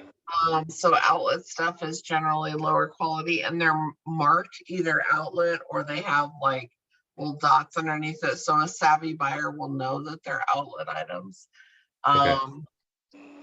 Your cost of goods obviously is much higher at an outlet. Okay. I was curious, like your opinion on that, like, like you said, the mark with the outlet marks on there, if people will tend to sometimes, I guess it just depends on the customer. I'm in men's clothes, so. Yeah, it depends on the customer. I don't generally look at it like I don't. Okay, I appreciate it. I know when it's an outlet brand, but I don't put it in the title. I don't like point it out to them. If they want to know that it's outlet, they can know that it's outlet. But like, I'm not Announcing that. I'm not going to announce it. I'm not putting a neon sign on it. Appreciate it. Thank you. Yeah. And anything we can do to help Lynn, I know you're setting things up and figuring it out. So just post it to the group or hang out here. We're good. Really appreciate it. Yep. Doctor, what's up? Is there any rhyme or reason to the girl names on Rock Revival jeans? Because they seem to all be different. What do you mean? I'm just wondering if like there's an Alina and a Gwen, and when I'm looking at the comps, it seems like they're just random, and maybe it's the same style of jean with a different name. I'm wondering. No, there should be like slightly different styles. So one of them is going to be more straight leg or slim cut, or one of them is going to be low rise. One might be a medium rise. So you're going to end up with like just slightly different cuts. If you go to Rock Revival website, Yep. you should be able to find what cut that is, like what those mean. So like, or look them up on Google. And that'll be a good way Yeah, to so it's get the like low keywords. rise. Yeah, so like one of them might be low rise boot cut, one of them might be a higher rise or a mid rise, one of them might be like a slim fit. Okay, that makes sense. Women's jeans are all over the place. So Yeah, they may look the same blingy or the same kind of like distressing style, but like they're going to be cut slightly different. Okay, thank you. And girls are into that kind of stuff right now. Well, right now everything's in. Yeah, I'm selling a lot of boot cut and I got a bunch of skinny low rise jeans today. I'm not sure if those are too in style at the moment, but Honestly, the low rise is starting to come back in, and the skinny right now it's skinny high rise, but low rise the rise is starting to go down. So you're okay. cool. Thank you. Because there's a certain factor of millennials that are like, you can't take my low rise away from me. So they're coming back. Freddie, what's up? Hi, I'm asking for a friend, so I'm not get in trouble again. But this morning call, you know, like you just go out there, work 3 minutes, and find 13 items for $20 profit. I'm out on the road now, and I might be my hair color or the fact that I'm a male, blonde, and a Swede, but I don't seem to find $20 profit items that easy. You know, I'm just wondering, am I the only guy? No, you're not, because when I first started going to the thrift store, I didn't know anything about fashion. Like, just because I'm a girl doesn't mean I knew any. I mean, I wear soft pants and t-shirts. That's what I like. That's how I dress. I don't know anything about, and I grew up in Idaho. Yeah, because I review my Rolodex once a week, and I think I'm pretty, dialed in on what I should and should not pick up. But it's just like, maybe if I spend the full 7 hours, I just like, maybe I'm naive or I'm doing it the wrong way, but it's not like, real $20 profit with everything shaved back. It's like, that's like a high 30s shirt or high 30 something, and I have 10 Goodwills within an hour drive. So it's not that, it's not like I'm out of options here, but I know where to look. I know what not to get. And I know how to spot it. And I think I put in the work. I just thinking that, is it just me feeling that it's not, 1 minute photo, 3 minute listing and go 7 hours and find those items? Is it, I mean, I know it's attainable, but, I just wondering how many else listening to this call with ease pick up 13 items or more at a $20 profit, pure profit, not with shipping, but like in the pocket profit. I just curious to see what that number would be, in terms of people who are listening in. I think everybody here feels it. Like, I don't think it's an easy task. If it were easy, everybody would be able to do it. It takes education, but like, I do know that if Tech went with me, he would have probably come out with 30 things. Yeah. Instead of my 15 or 14 or 13, he would have come out with 30 because he's got a lot better education in menswear than I do. Yeah, no, because I know like for every because the Goodwills are kind of big up here, right? So like for every Goodwill that I go in, I come out with 1 or 2 items, like that fits the profile. But and I don't pick up anything else. That's it, So it's just like that might be 7 Goodwills that day if I'm not lucky, like a day after a sale or whatever. But I was just curious. I mean, like I believe sincerely that I put in the work to get this going. I work. But I just like, I have hard time finding them, and not every Pendleton is a $20 thing, and not every, you know what I'm saying? Not every Robert Greyhound is something to put in my cart. I know that. I know better, So just a reflection, Michelle. Sorry. Thanks. No, absolutely. And I think that's where the pushback happens, is because people are like, I can't do that. And that's why I went to menswear, because it evens the playing field. I'm not as experienced in menswear. And I'm in freaking Idaho, Freddie. Like, yeah. Seriously, and again, I'm asking for a friend. It's not for me. No, and I know. But I think it can be done. You just have to educate yourself. You have to start feeling for quality. Like that one shirt that I pulled out, that the Isaiah Nolan. I didn't know anything about that brand, but I felt the quality of the shirt and I looked it up. I looked at materials, so I know that cashmere sells really, really well. I know that regardless of the brand, I knew that Eddie Bauer packable jacket from across the room, I knew that was going to sell. That's in my Rolodex because I know I've sold it before. So like, it's time. It takes time. Yeah. I didn't know that when I first started. I didn't know what would sell. I didn't hike. I think. Do I look like I go backpacking every weekend?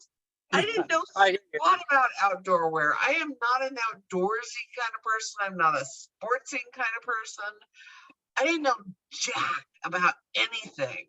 Yeah, but it goes from experience, like you say. I mean, like every week I pick up something like a new thing within my and I recognize that, and I try to listen to all the calls, and I get ideas, So I'm not.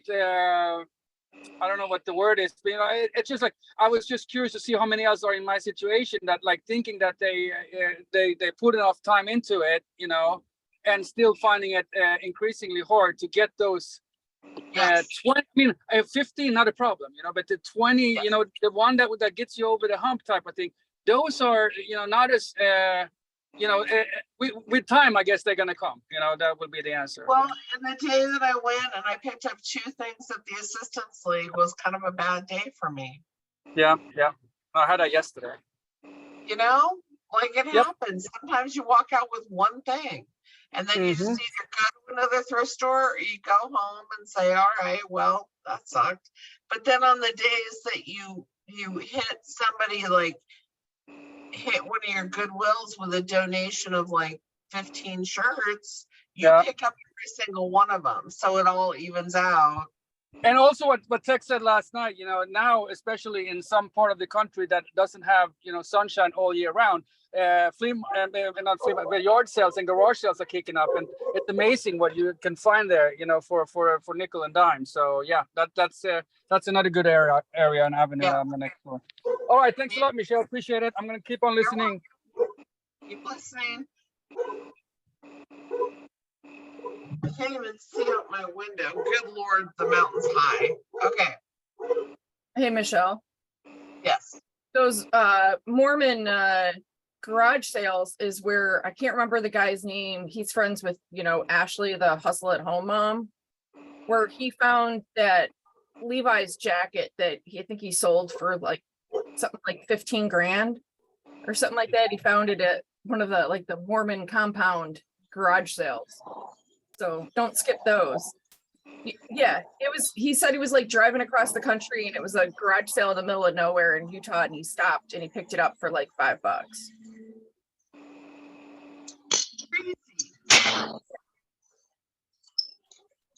No, we'll come back to store reviews next week as let's see. Yeah, men's are easier. Heather's saying men's are easier, definitely. Outlet stuff is usually the items they couldn't sell. I agree with that, Rachel. Oh,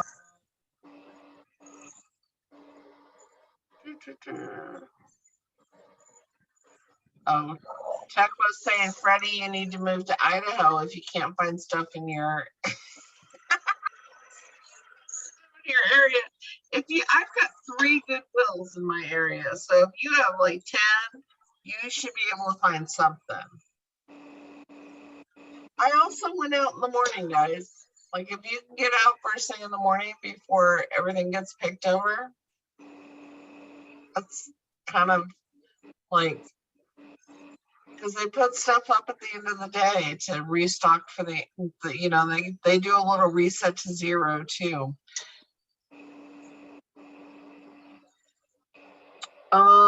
Let's see. Tex says he gets tons of his stuff from Georgia. There's stuff in Georgia. When I moved to Georgia, I didn't know anything about clothing. That's when I started dipping my toe into clothing.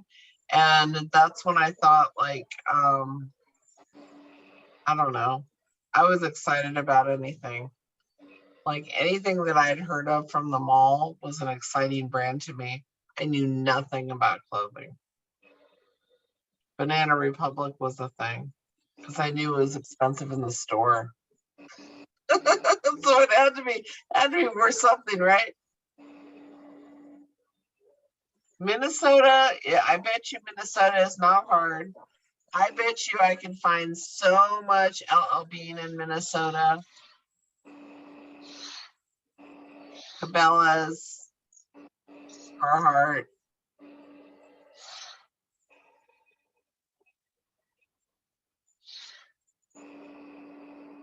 Let's see. Easier to do in Georgia than Idaho. Tech is being snarky in the chat.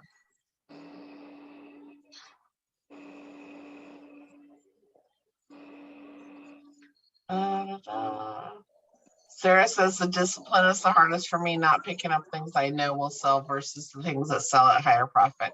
Exactly. That's the hardest thing. If you've been doing this for a while, it's hard to, it feels weird passing things up. Like you're in such a rut and a habit of like who you are as a thrifter. It almost felt like I was going against who I was. It's like, I've always been the slinger of trash. I'm okay with that persona. That's what it felt like. And being able to leave the store with like bags and bags and bags of stuff, you know, like people would be like, what are you gonna do with all that stuff? Like people would stop me and say, what are you gonna do with all the stuff? And I'd be like, I don't know, give it away. And give it to people that want it. And walking out with one bag felt really strange. Like it feels really weird when you first start doing it. But realizing that like there's part of me that makes a choice of like having part of my store that I know is gonna earn me 100,000, having that safety net of saying, okay, I can have the best of, like I can, and I also felt like in a lot of ways that the harder I work, the more I deserve it.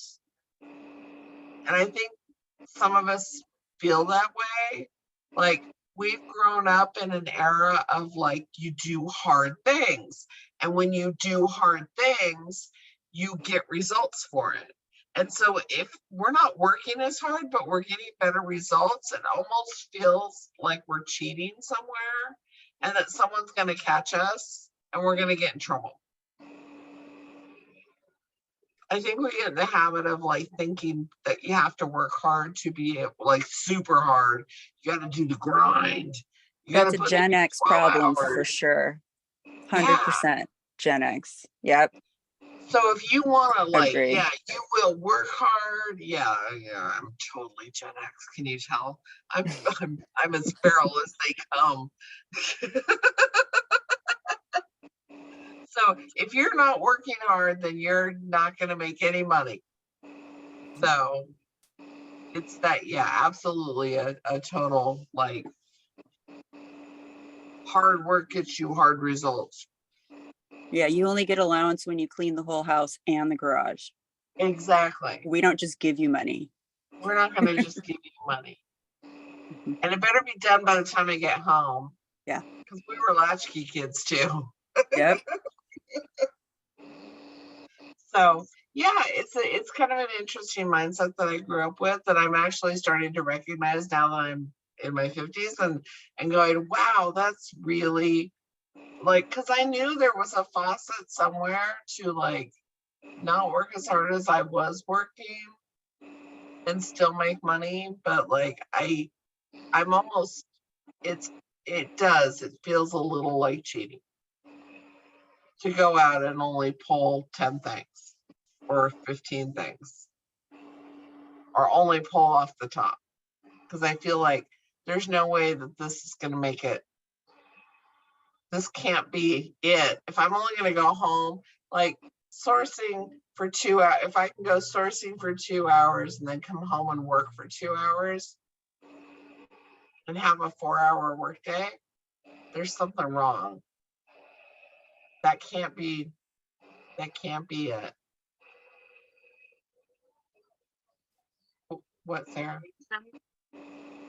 I can't hear you, honey. Your microphone's off, but I can't hear you. Hello? Can you hear me now? Yeah, really lately. I think your microphone's weird. It's up by my, now can you hear me? Oh, there we go. There you It are. was on top of my head.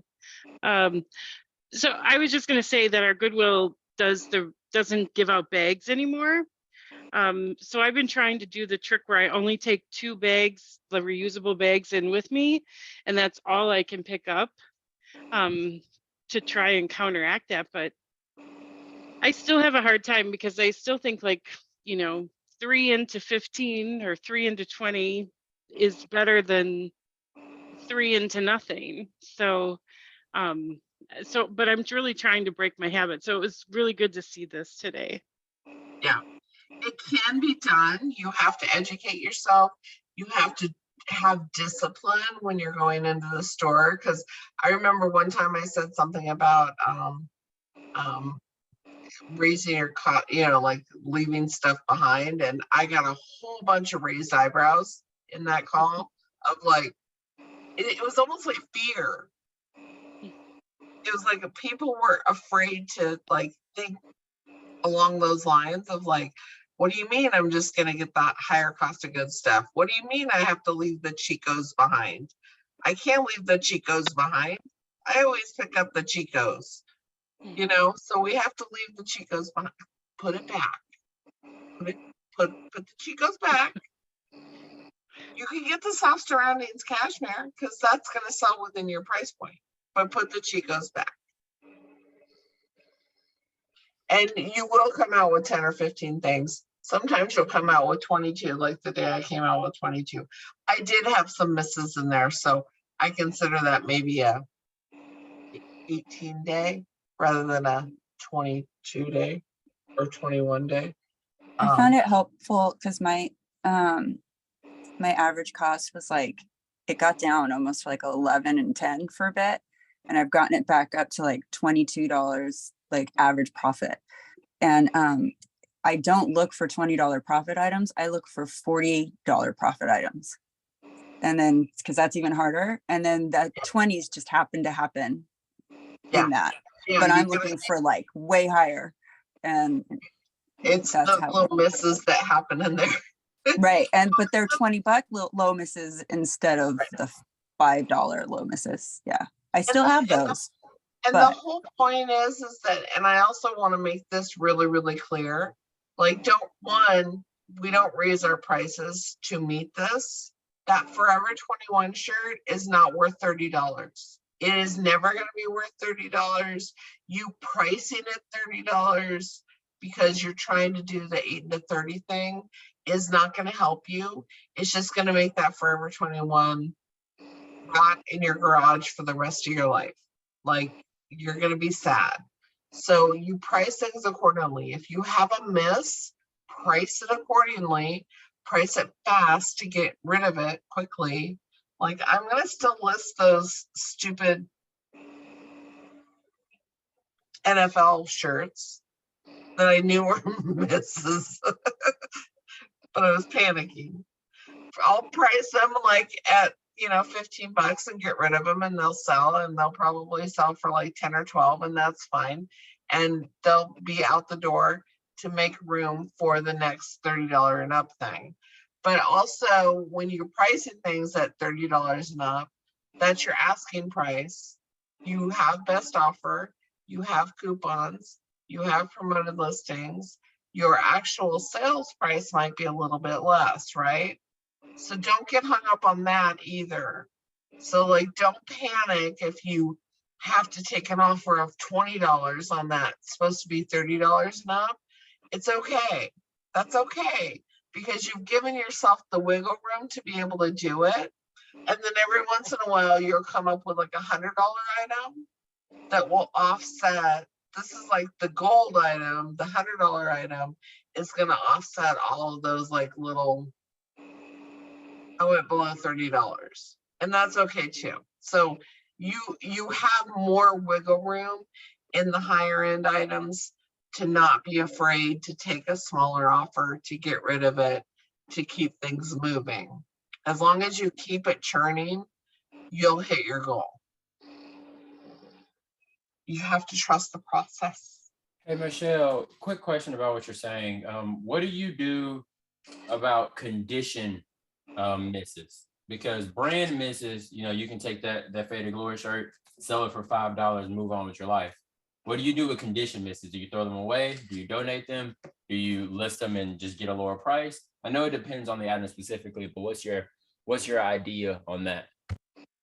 Women's, I don't.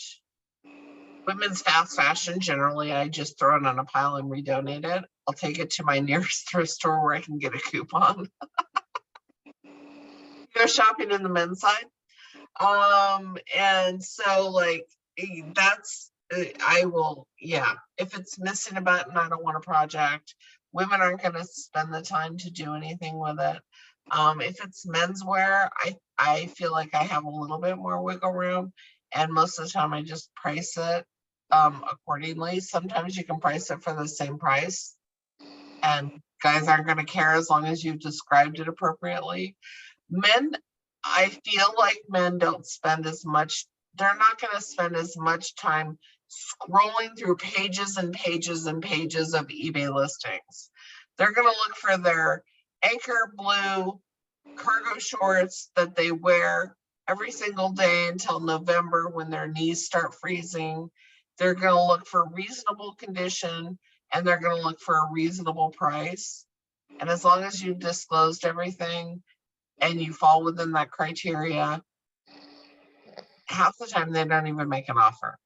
They just want it. They just want their anchor blue cargo shorts because that's what fits and that's what they like. Somebody's sleeping. I've been hearing that too. I thought it was on your end, but I thought it was your dog. Yeah.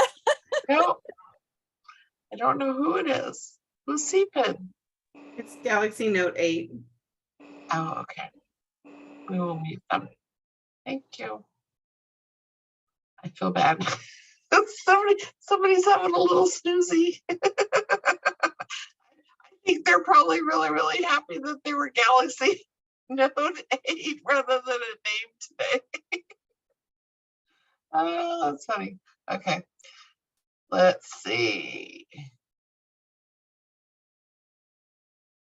Mandy said this is one question tech talks about. You ask, you'll get the answer you're looking for. Yeah, absolutely.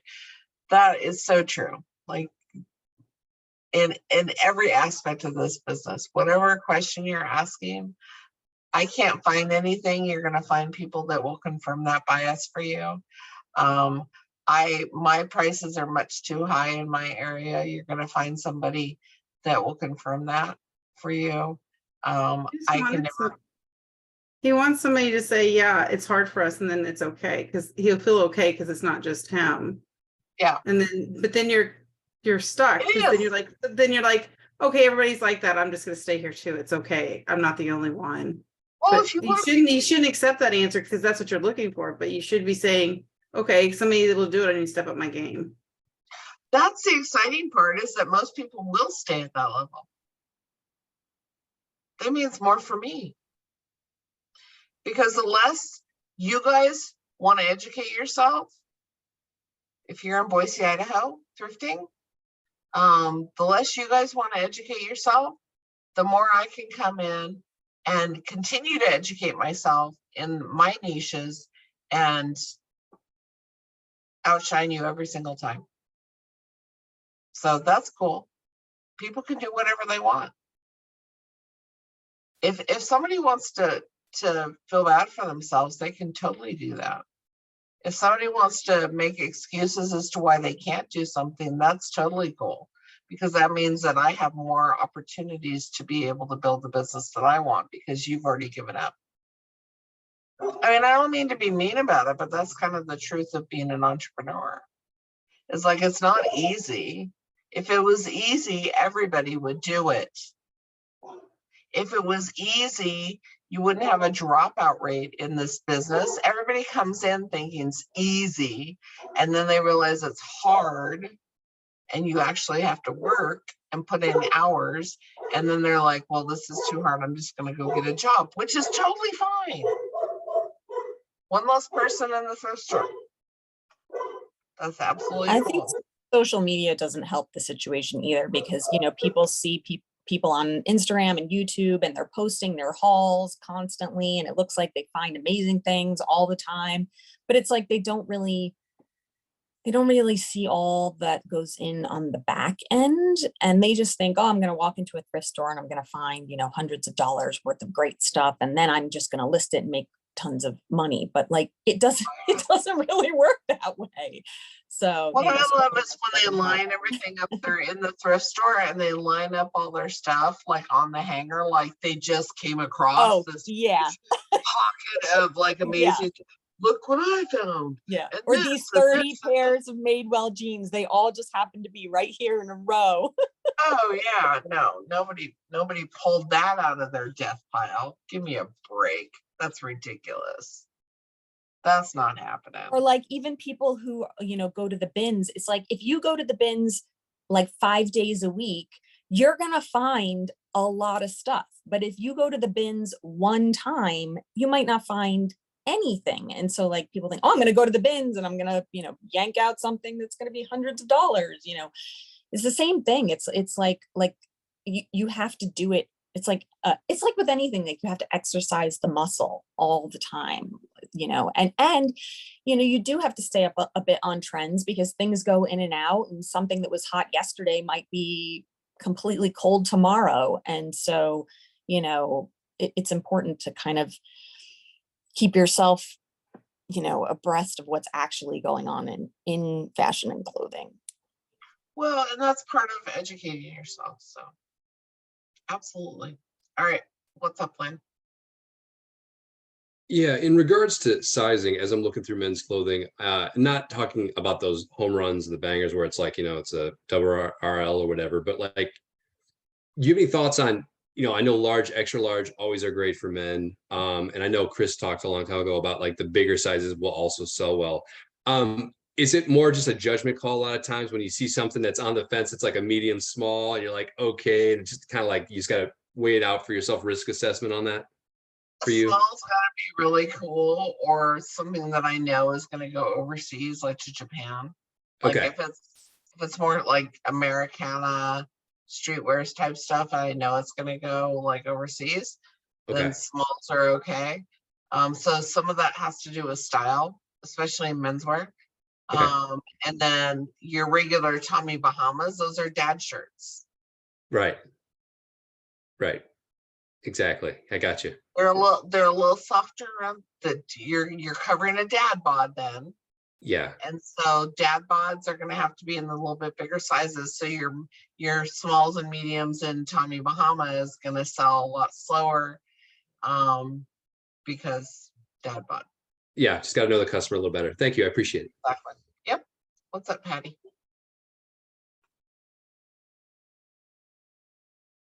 Sorry, I was taking pictures. It happened to me. I walked into the thrift store one day and I came across 20 pairs of True Religion, Ricky with the big stitch in the pockets and the whole damn thing. And I literally couldn't run out of there. I ran out of there as fast as I possibly could. You were scooping. Oh yeah. But It happens. what I do like is when for some reason people think that people don't check the plus size women section. And so I found they will try to hide all the real, like, I think the people who work there, they'll try to like hide stuff. So I will just out of habit now check those areas because that's where I found, I'm about to take pictures of a pair of like $85 women's jeans. Yep. You know, or sales day. So what women will do is they'll hide clothes in like maternity or plus size, because the workers don't realize that they're over there, and because they're waiting for dollar days or half off day. Yep. Yeah, so I out of habit now, I check all those areas because I'll find, or it'll be the workers, because I've walked up to the counter one time because I don't really buy women's stuff unless I know it's like a total banger, right? And I forgot which section I was in, and I found it was like a woman's linen dress, and I looked it up and I was like, huh, $180. I will throw that. I will throw that in my cart. And I went up to the counter and the girl goes, oh, like, you know, she hid it because she was waiting to get off work. So yeah, she just threw it in with like, yeah, she was probably on the put away crew, and she was like, oh my God, this is so cute, I want it. And she put it in the wrong section. yeah, So I find those all the time. And I love finding those because I'm like, ha, just buy it if you want it.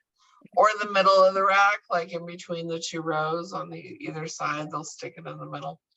Yeah, and by the way, I did use Tex what he told me to do for the racks because the racks are so smashed together. What did he tell you to do? He said to because the racks at some of these Goodwills are so the smushy. Like, yeah, basically what you said, Tech. I did exactly what you said. Imagine. People do listen. So Tech said when you're in the thrift store and the racks are like totally mashed, like you can usually get like that much section. So you push it as far as you can go, and then you move stuff over from one rack to another until you actually have room. So the only one that you have to actually kind of like wrestle your way through should be that first rack, because it's overstuffed, and then you get as many inches as you can on that rack. You push harder and move stuff over from the next rack over to the first rack, and then you have a little bit more room.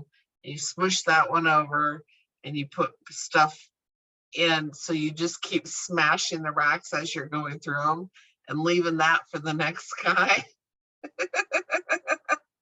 So he's not able to make it through the rack at all. But by the time you get to like the second or third rack, you've got enough room to actually go through them really, really fast.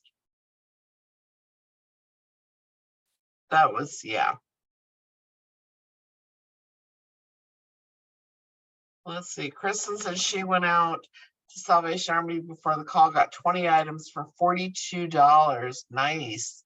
North Face, Lily Pulitzer, Lululemon, Eileen Fisher, Silk. Silk sells really well too, guys. St. John, Ted Baker. Wow, you did good, Kristen. Holy moly. For $42. Doctor says that they always find good stuff in Minnesota. Lands End headquarters is in Wisconsin.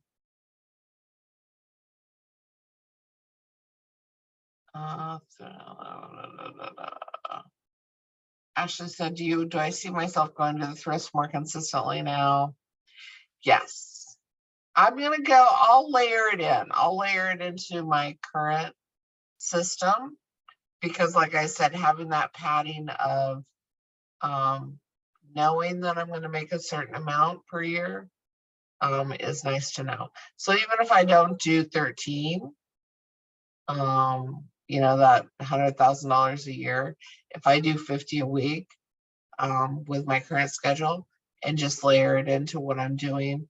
It means I order a little bit less online, but it's probably not a bad idea for me to get out of the house every once in a while too, because like you turn into like a weird squirrely hermit watching from her windows, and that's probably not the best life to live. So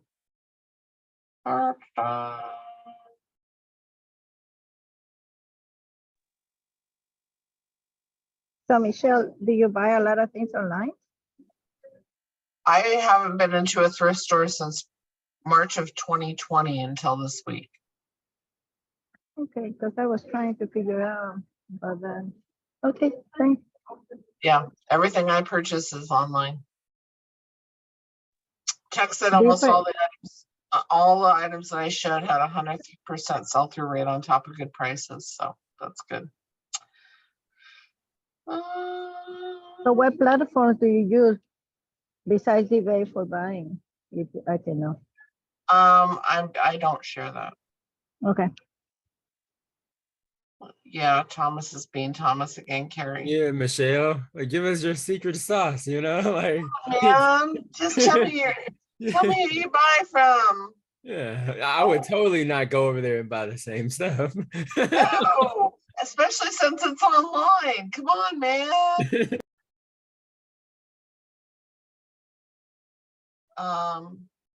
It's not a national company, let's put it that way. I curated who I buy from. So I have people that shop for me. Let's see. Catching up on the thrift. Oh, that's funny. Text says you keep smashing as you go to make it a total pain for the next one, which is exactly what I said. Yeah, my what's interesting, if you look at my old well, we can't because I took them all down. If you look at my old YouTube videos, one of my last YouTube videos that I did was like my Goodwill just outpriced me. And so I was doing dollar days every week. I would go and do dollar days on Monday and come out with like 250, 300 things, 2 cartfuls of stuff. So I'd go to one thrift store, spend like 5 or 6 hours there. And I was like, and they moved to a flat rate pricing at the Goodwill of like $4.99 to $6.99. I was like, oh my God, there's no way how am I going to make a living doing that? I can't afford that. That's like 10 times the prices. No, I can't do that. But what was funny is like in this model, I went to 2 Goodwills and they were cheaper than anywhere else. And I got better stuff. I was able to get, because what they would do is they would have the dollar day stuff, but then they would have like the higher end stuff priced. They would tag price them at like $12.99 or $16.99 or $24.99.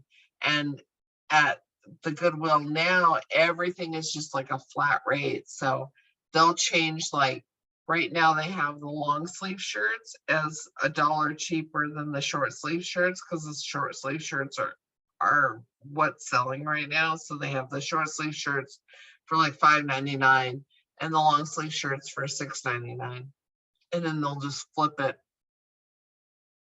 when it gets to be winter time. So it's interesting, like the mindset is a little bit different too. So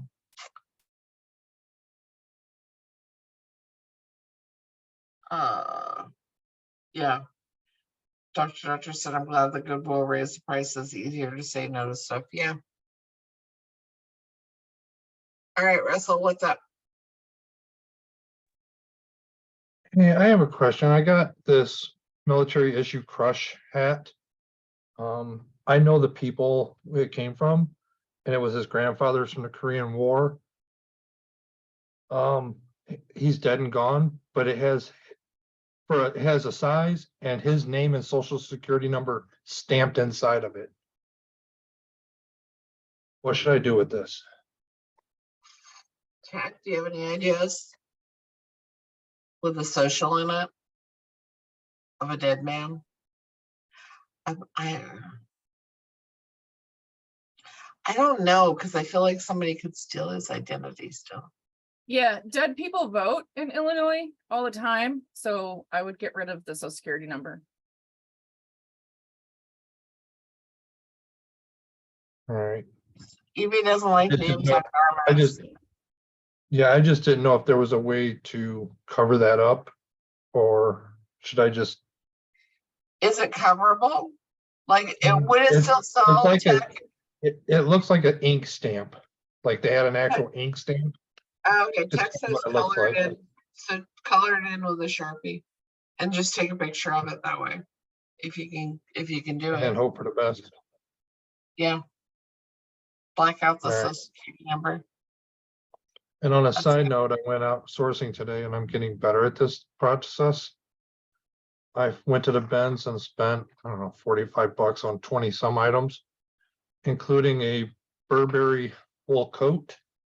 Nice. And a hat that I'm gonna have to do a little more research, but I think even Tech would be proud. There you go. Perfect. It is. It's a matter of just going. The more you go, the better your eye gets to be. And like all of a sudden you're like, oh, I remember that. I remember Eaton because Michelle said something about Eaton and she showed that tag. I remember that Isaiah Nolan because she said something about, I'm not going to forget Isaiah Nolan next time I go out. Oh, that's what that chamois feels like. That LL Bean chamois that Michelle was talking about. So like as you hear things, you just start adding those things into the back of your head.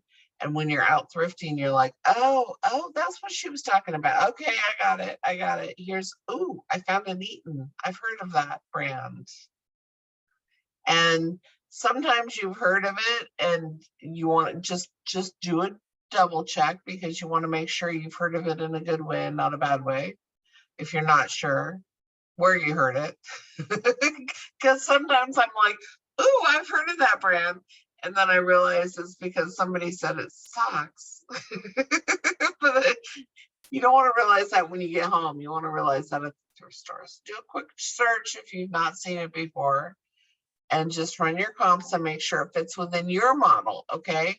So like, there are some things that don't, like I've seen people say things that fit into their model and absolutely like Panhandle Slim. I don't know where that shirt went. I have a Panhandle Slim shirt that I picked up, or maybe I didn't pick it up. And thought I did. I heard on a YouTube video somebody saying, oh yeah, I always pick up Panhandle Slim. It's a good Western shirt. I looked up comps for it. They were like 10, 12 bucks. Like, why would I pick that up? No, don't do that. Yeah, Michelle, I heard in the group that that brand Perry Ellis was pretty good. So I've been picking that up all the time. Yeah. Yeah, I've been picking up tons of Perry Ellis lately. It's fire. It is amazing how much stuff you can find in the thrift store if you really look, right, Isaiah? Perry Ellis is I found, you know how Patty said she found a whole rack of I forgot what item it was. I found a whole rack of Perry Ellis. It was beautiful. They were right beside each other, and I just snatched them all. It was great. Oh, the U.S. Polo Association one, Sarah. Yes, that's another one. These are no brands, Len. Don't be writing these down. What's really fantastic is luckily I do know that so far, so I'm good. I might just quit. You're like, ooh, no. Perry Ellis sucks. Perry Ellis will be in your store forever. Let's see, that's funny. Yeah, Kristen, go look at men's stuff. It's not bad. And it's actually easier to source. There's less brands in men's, so there's less to learn. It's actually a really good way to get into the clothing market. So Tech says it's a joke, but that's the stuff people are actually picking. Look at store review. Yeah, we got to be careful. So can I take one more question before we stop, Chris, since we're taking it over into the jewelry call? All right, thank you. Russell, what's up?